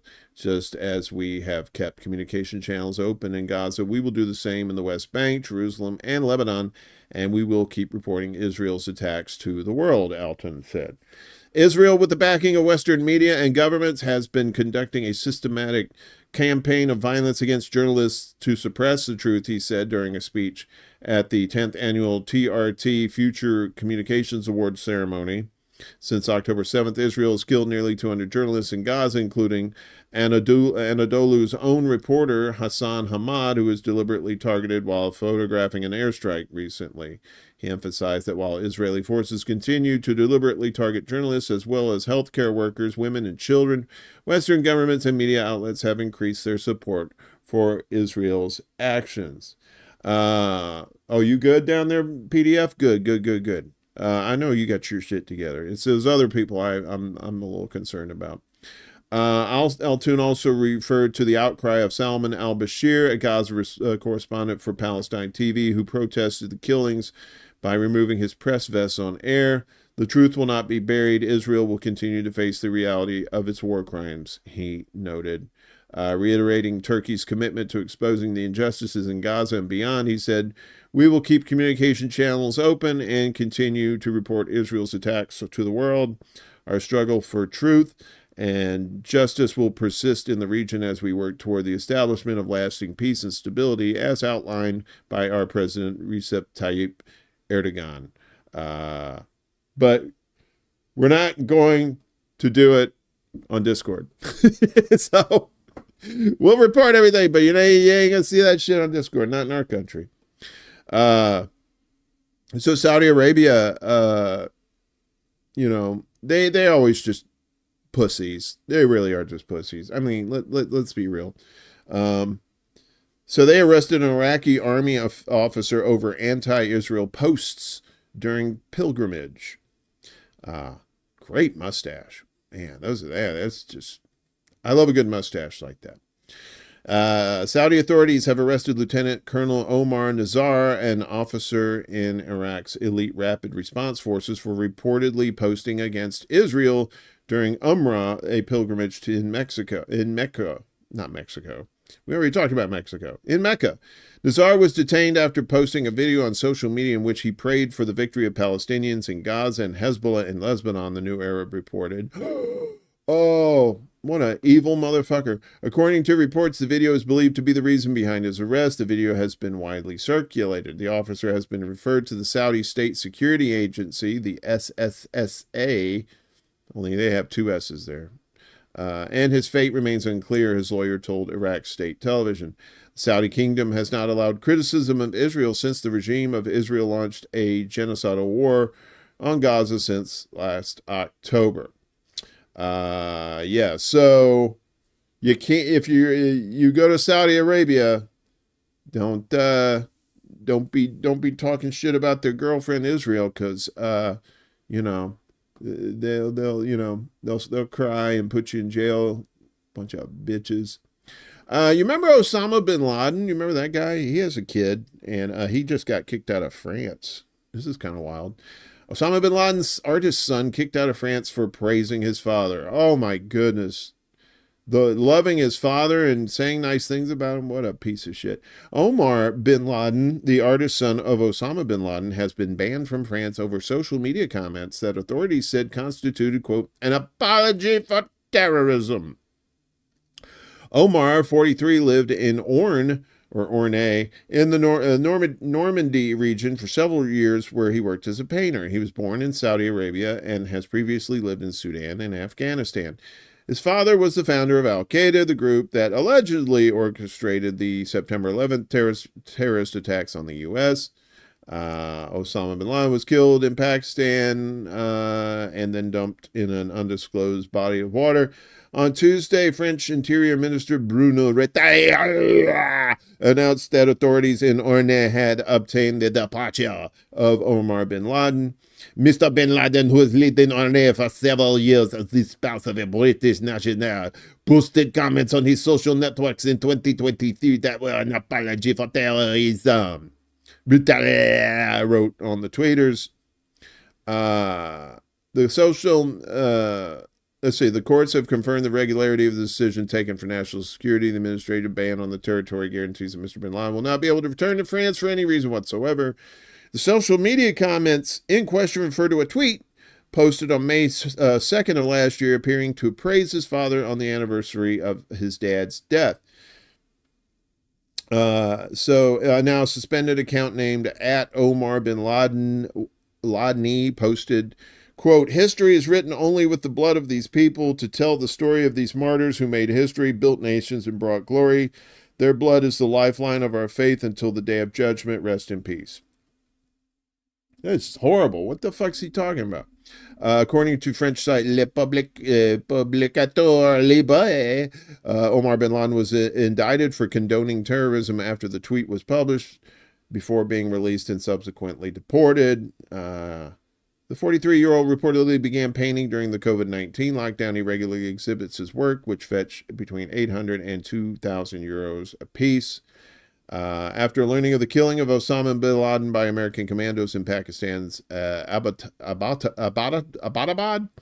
Omar denounced to the New York Times the arbitrary execution of his father, regretting that he had not been tried. Arbitrary execution is not a solution to political problems, he wrote in a statement, questioning the decency of such an assassination where international law was openly violated. At the time, he said that he had been at odds with his father and violence of any kind, and had always urged the Al-Qaeda leader to change. Yeah. So they said, no French bagel for you. Get the fuck out. TikTok getting all kinds of people in trouble. Ben-Gvir orders arrest of Palestinian teacher following TikTok dance video. A dance video on TikTok, and you get arrested. All right. Palestinian citizen of Israel who works as a teacher has been arrested under the orders of far-right National Security Minister Itamar Ben-Gvir for uploading a video of herself dancing on TikTok. The lady, who has not been named, works in a school in Nazareth. Now you're messing with a son of a bitch. See, that's, and love hurts. Then that hurt my throat. Sorry, it's a rock and roll reference. And posted a picture of herself dancing to a song called Good Times, not to be confused with the TV show, with the caption on this day, 7/10/23, referencing the Al-Aqsa flood invasion by Hamas. In a post on Tweeters, Ben-Gvir wrote, "I forwarded the video to the team for dealing with incitement in the network I set up at the Israel police, and she was immediately arrested at her home in Tamra. Zero tolerance for incitement and supporters of terrorism." She was fucking dancing. She was I mean, look, I'm a horrible dancer too, but I don't think I should be thrown in jail. However, activists have been quick to point out that the video is in keeping with the lady's social media presence, and none of her captions or videos glorified the Palestinian resistance infiltration of Palestinian towns and villages on October 7th last year. She was arrested. Her eyes were covered like they do to terrorists. She was photographed humiliatingly, and then her detention was extended. Co-director of the Jewish Arab Movement for Peace, Equality, and Social Justice in Israel, Alon Lee Green, wrote on the tweeters. He also highlighted that on October 7th last year, the teacher had posted that she lost a friend in Kibbutz Be'eri and said she regretted what happened on that day. Green slammed police for following the minister's orders without investigating the teacher first, adding, but in Israel, Palestinians can be humiliated, targeted, arrested, and abused. Yeah, see? That's how the game is played. Meanwhile, that idiot Trump said he visited Gaza, but there's no evidence he did. So, they're eating the dogs, the cats, they're eating everybody. And I went to Gaza. So, former president and concussion-riddled person Donald Trump claimed in a radio interview that he has been to Gaza, even though no record of such a visit exists. The comment, which Trump made in an interview with conservative radio host Hugh Hewitt, that was broadcast on Monday, came in response to a question about whether the occupied territory, which Israel has largely razed to the ground over the last year, could be developed to be Monaco if it was rebuilt the right way. He says, "It could be better than Monaco. It has the best location in the Middle East, the best water, the best everything," Trump responded. "I've been there and it's rough. It's a rough place before before all the attacks, before the back and forth of what's happened over the last couple of years." The back and forth. Do you mean the genocide, you fucking moron? Asked to clarify, a spokesperson for the Trump campaign told the New York Times that Gaza is in Israel. President Trump has been to Israel. That's like saying, Detroit, Gaza isn't Israel. President Trump has been to Israel. That's like saying that you've been to Nashville, but you went to Louisville. But you've been to Nashville because it's in Kentucky. Gaza is not, nor has it ever been, in Israel. The Palestinian territory has been illegally occupied by Israel, as well as the West Bank and East Jerusalem, since 1967. And there's people saying he's going to save democracy. Motherfucker doesn't even know where the fuck he's been. Good job, guys. And this last one, some of you are like, dude, why are you doing sports stories? This is not really a sports story so much. I don't know if you keep up with the NFL or not. Hey, Miguel, good to see you, buddy, with your eyeballs. So recently, actually yesterday, the New York Jets fired their head coach, Robert Saleh, who I believe is a Muslim. Now let me just couch this before, because I saw this on the tweeters, and of course the thread was like, well, it's because he sucked. They want to make this out of race or whatever. But hear me out. So the Jets are currently at 2-3. Not a great record, but it's not horrible, right? And they're only a game out of first place in the AFC East, right? The Jets, in the 25 years that Woody Johnson has owned the team, has always waited till the end of the year to fire the coach, because the Jets always suck. But they wait till the end of the year to fire the coach. But this year they fired him only after 5 games. So Islamic group calls out Jets for firing Robert Saleh after wearing a Lebanon pin amid Israel war. So the Council on American Islamic Relations, CARE, released a statement yesterday addressing the firing of former New York Jets head coach Robert Saleh. CARE called on the Jets and owner Woody Johnson to explain reports that Saleh was escorted out of the building by security following his firing, and also brought up the fact that Saleh was fired just days after wearing a pin with the Lebanese flag amid ongoing attacks on the nation by Israel. Saleh is of Lebanese descent and was the first Muslim head coach in NFL history. And then this statement from the owner, I believe, we commend Coach Robert Saleh for making history as the first American Muslim head coach in NFL history, although no one should jump to conclusions about why the Jets... this is the statement. that I guess CARE put out. I'm sorry, my apologies. As first Muslim head coach in NFL, although no one should jump to conclusions about why the Jets fired Coach Saleh, the report that Jets security physically escorted Saleh out of the building does raise concern about the possible motive for such unusual hostility, especially given that Saleh wore a Lebanese flag pin at a game just days ago and that owner Woody Johnson is a former Trump administration official. Who has been accused of making racially charged remarks. We encourage the Jets to thoroughly explain its unusually hostile reported treatment of Coach Saleh, the statement read. Fox News Digital has reached out to the Jets for comment multiple times, but has not received a response at the time of publication. And just a little side note here, too. Oh, hey, Max, good to see you. Just a little side note here, too.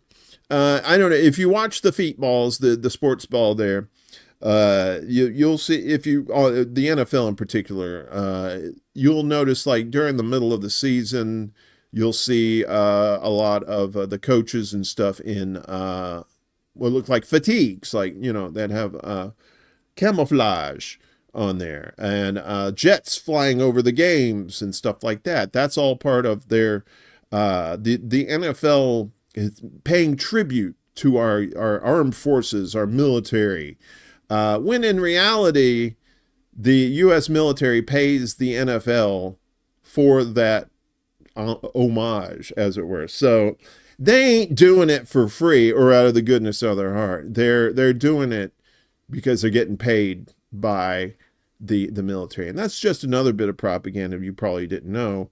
And it's also one of the reasons why the NFL sucks now, because they're as big a cucks as any, and all their owners are these rich motherfuckers who will vote for Trump or anybody that will let them keep their tax money, because they're a bunch of greedy cocksucking sons of bitches.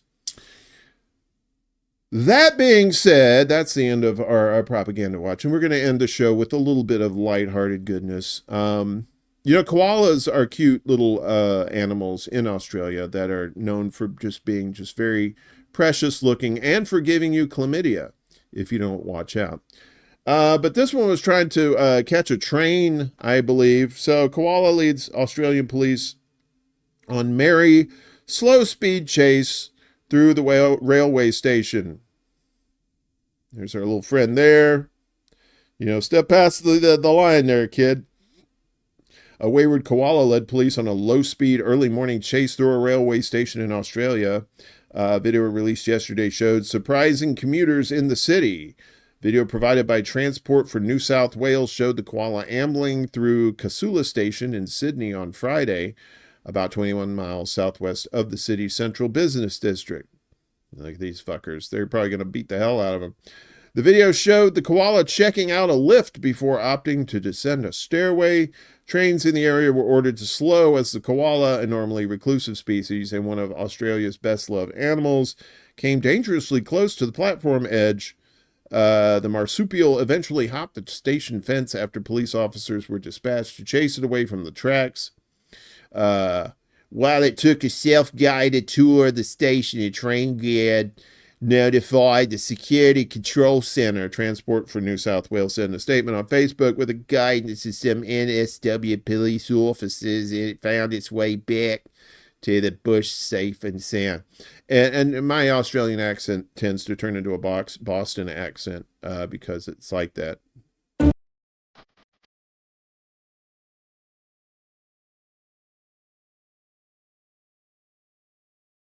There he goes.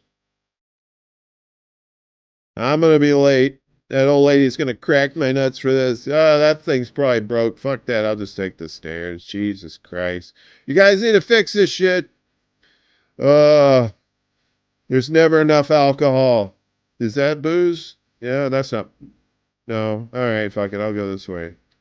So there he goes. And he's just taking a shit there. I can't wait to give somebody chlamydia, he said. He's going to give this guy chlamydia. Look at this guy. He don't care. He's fucking around. And these guys, look at the hats. I like the hats, though. I'm not a big fan of the police, but I like the hats. So he jumped the fence. And that was it. Case closed. Koala media. It's called Koala Video. Ah, Miguel, you cheeky one. You so stupid, Poppy. Why you say that Koala Video? You stupid. Unrelated story too. I remember a couple of years ago in New York, train. It was a above ground train. The Polly. What are you doing, Bits? Miguel's going to be he's going to be at Joker's this Saturday night. Be sure to tip your waiters and waitresses. So basically, there's this train. I think it was in Queens, and it had to stop because there were kittens on the track. And it was just the cutest story. They got the long story short, they got the kittens out of there. And I don't know. I think there was like a stray cat that had kittens, and these kittens were looking for their mom. They said, "Fuck it, we're gonna take the train and find them." But I don't know if that was the case or not. But anyway, I told you this is the long show. It's 11:11 here in Chicago, so make a wish if you're in the Central Time Zone.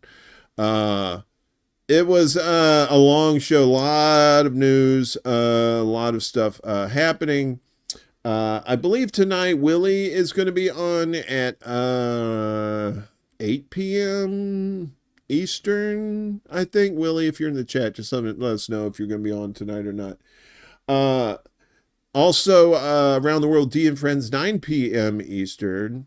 And my buddy Jamar Jabari is going to be with us tonight on ExtraBulla Live. That's going to be at 7 p.m. Eastern, 6 p.m. Central, 5 p.m. Mountain Time, and 4 p.m. Pacific. We're going to talk about his music and how he uses it in his activism. He has a great show on YouTube and TikTok. So we'll be talking about that, and he wants to talk about world issues too, so we'll be sure to do that as well. I want to thank everybody for hanging out. Teresa holding it down over there on the Rockfin, my lurkers over there on Rumble, and all you crazy kids over there in the YouTube land. And once again, if you're in Florida, be safe. Hopefully you've gotten the hell out of Dodge and to safer places. It's going to be heading in tonight. It's already getting wind and rain damage already. Be safe. Positive vibes going out to all you. I got loved ones down there too. So seems like everybody's got people in Florida. It's a very cursed place when it comes to storms like this. So take care of each other. Take care of yourselves. Stay out of the bubbles. If you can, we have donation links in the description below if you want to donate to the show. You can become a Patreon member for like $1 a month. That's like $12 a year. I think you could buy a carton of eggs for $12. And if you can't, if you could share those links out for me and the show, I appreciate it. We're trying to do a new show here and try to get the word out that mainstream media don't want you to hear. And we try to do it with as little of our own opinions as possible, ours being mine, but sometimes I can't help it. But, that's what we like to do, is try to inform people. I don't think there's enough of that in this space. I think there's too many people who take like 3 or 4 stories and give their own overblown, bloated opinions about it. And I'm not here for that. I'm here to just tell you what's going on. So anyway, see you tonight for ExtraBulla Live, and we'll see you on Friday for more of this nonsense. Hey! This is City Alpha 5! Woo!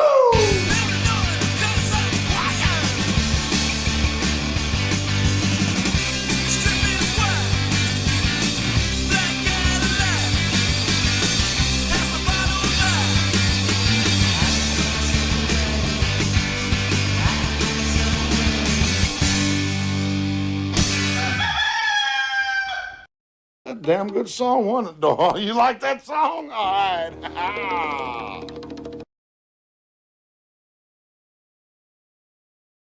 Soon. Fuck you, everybody. Good night!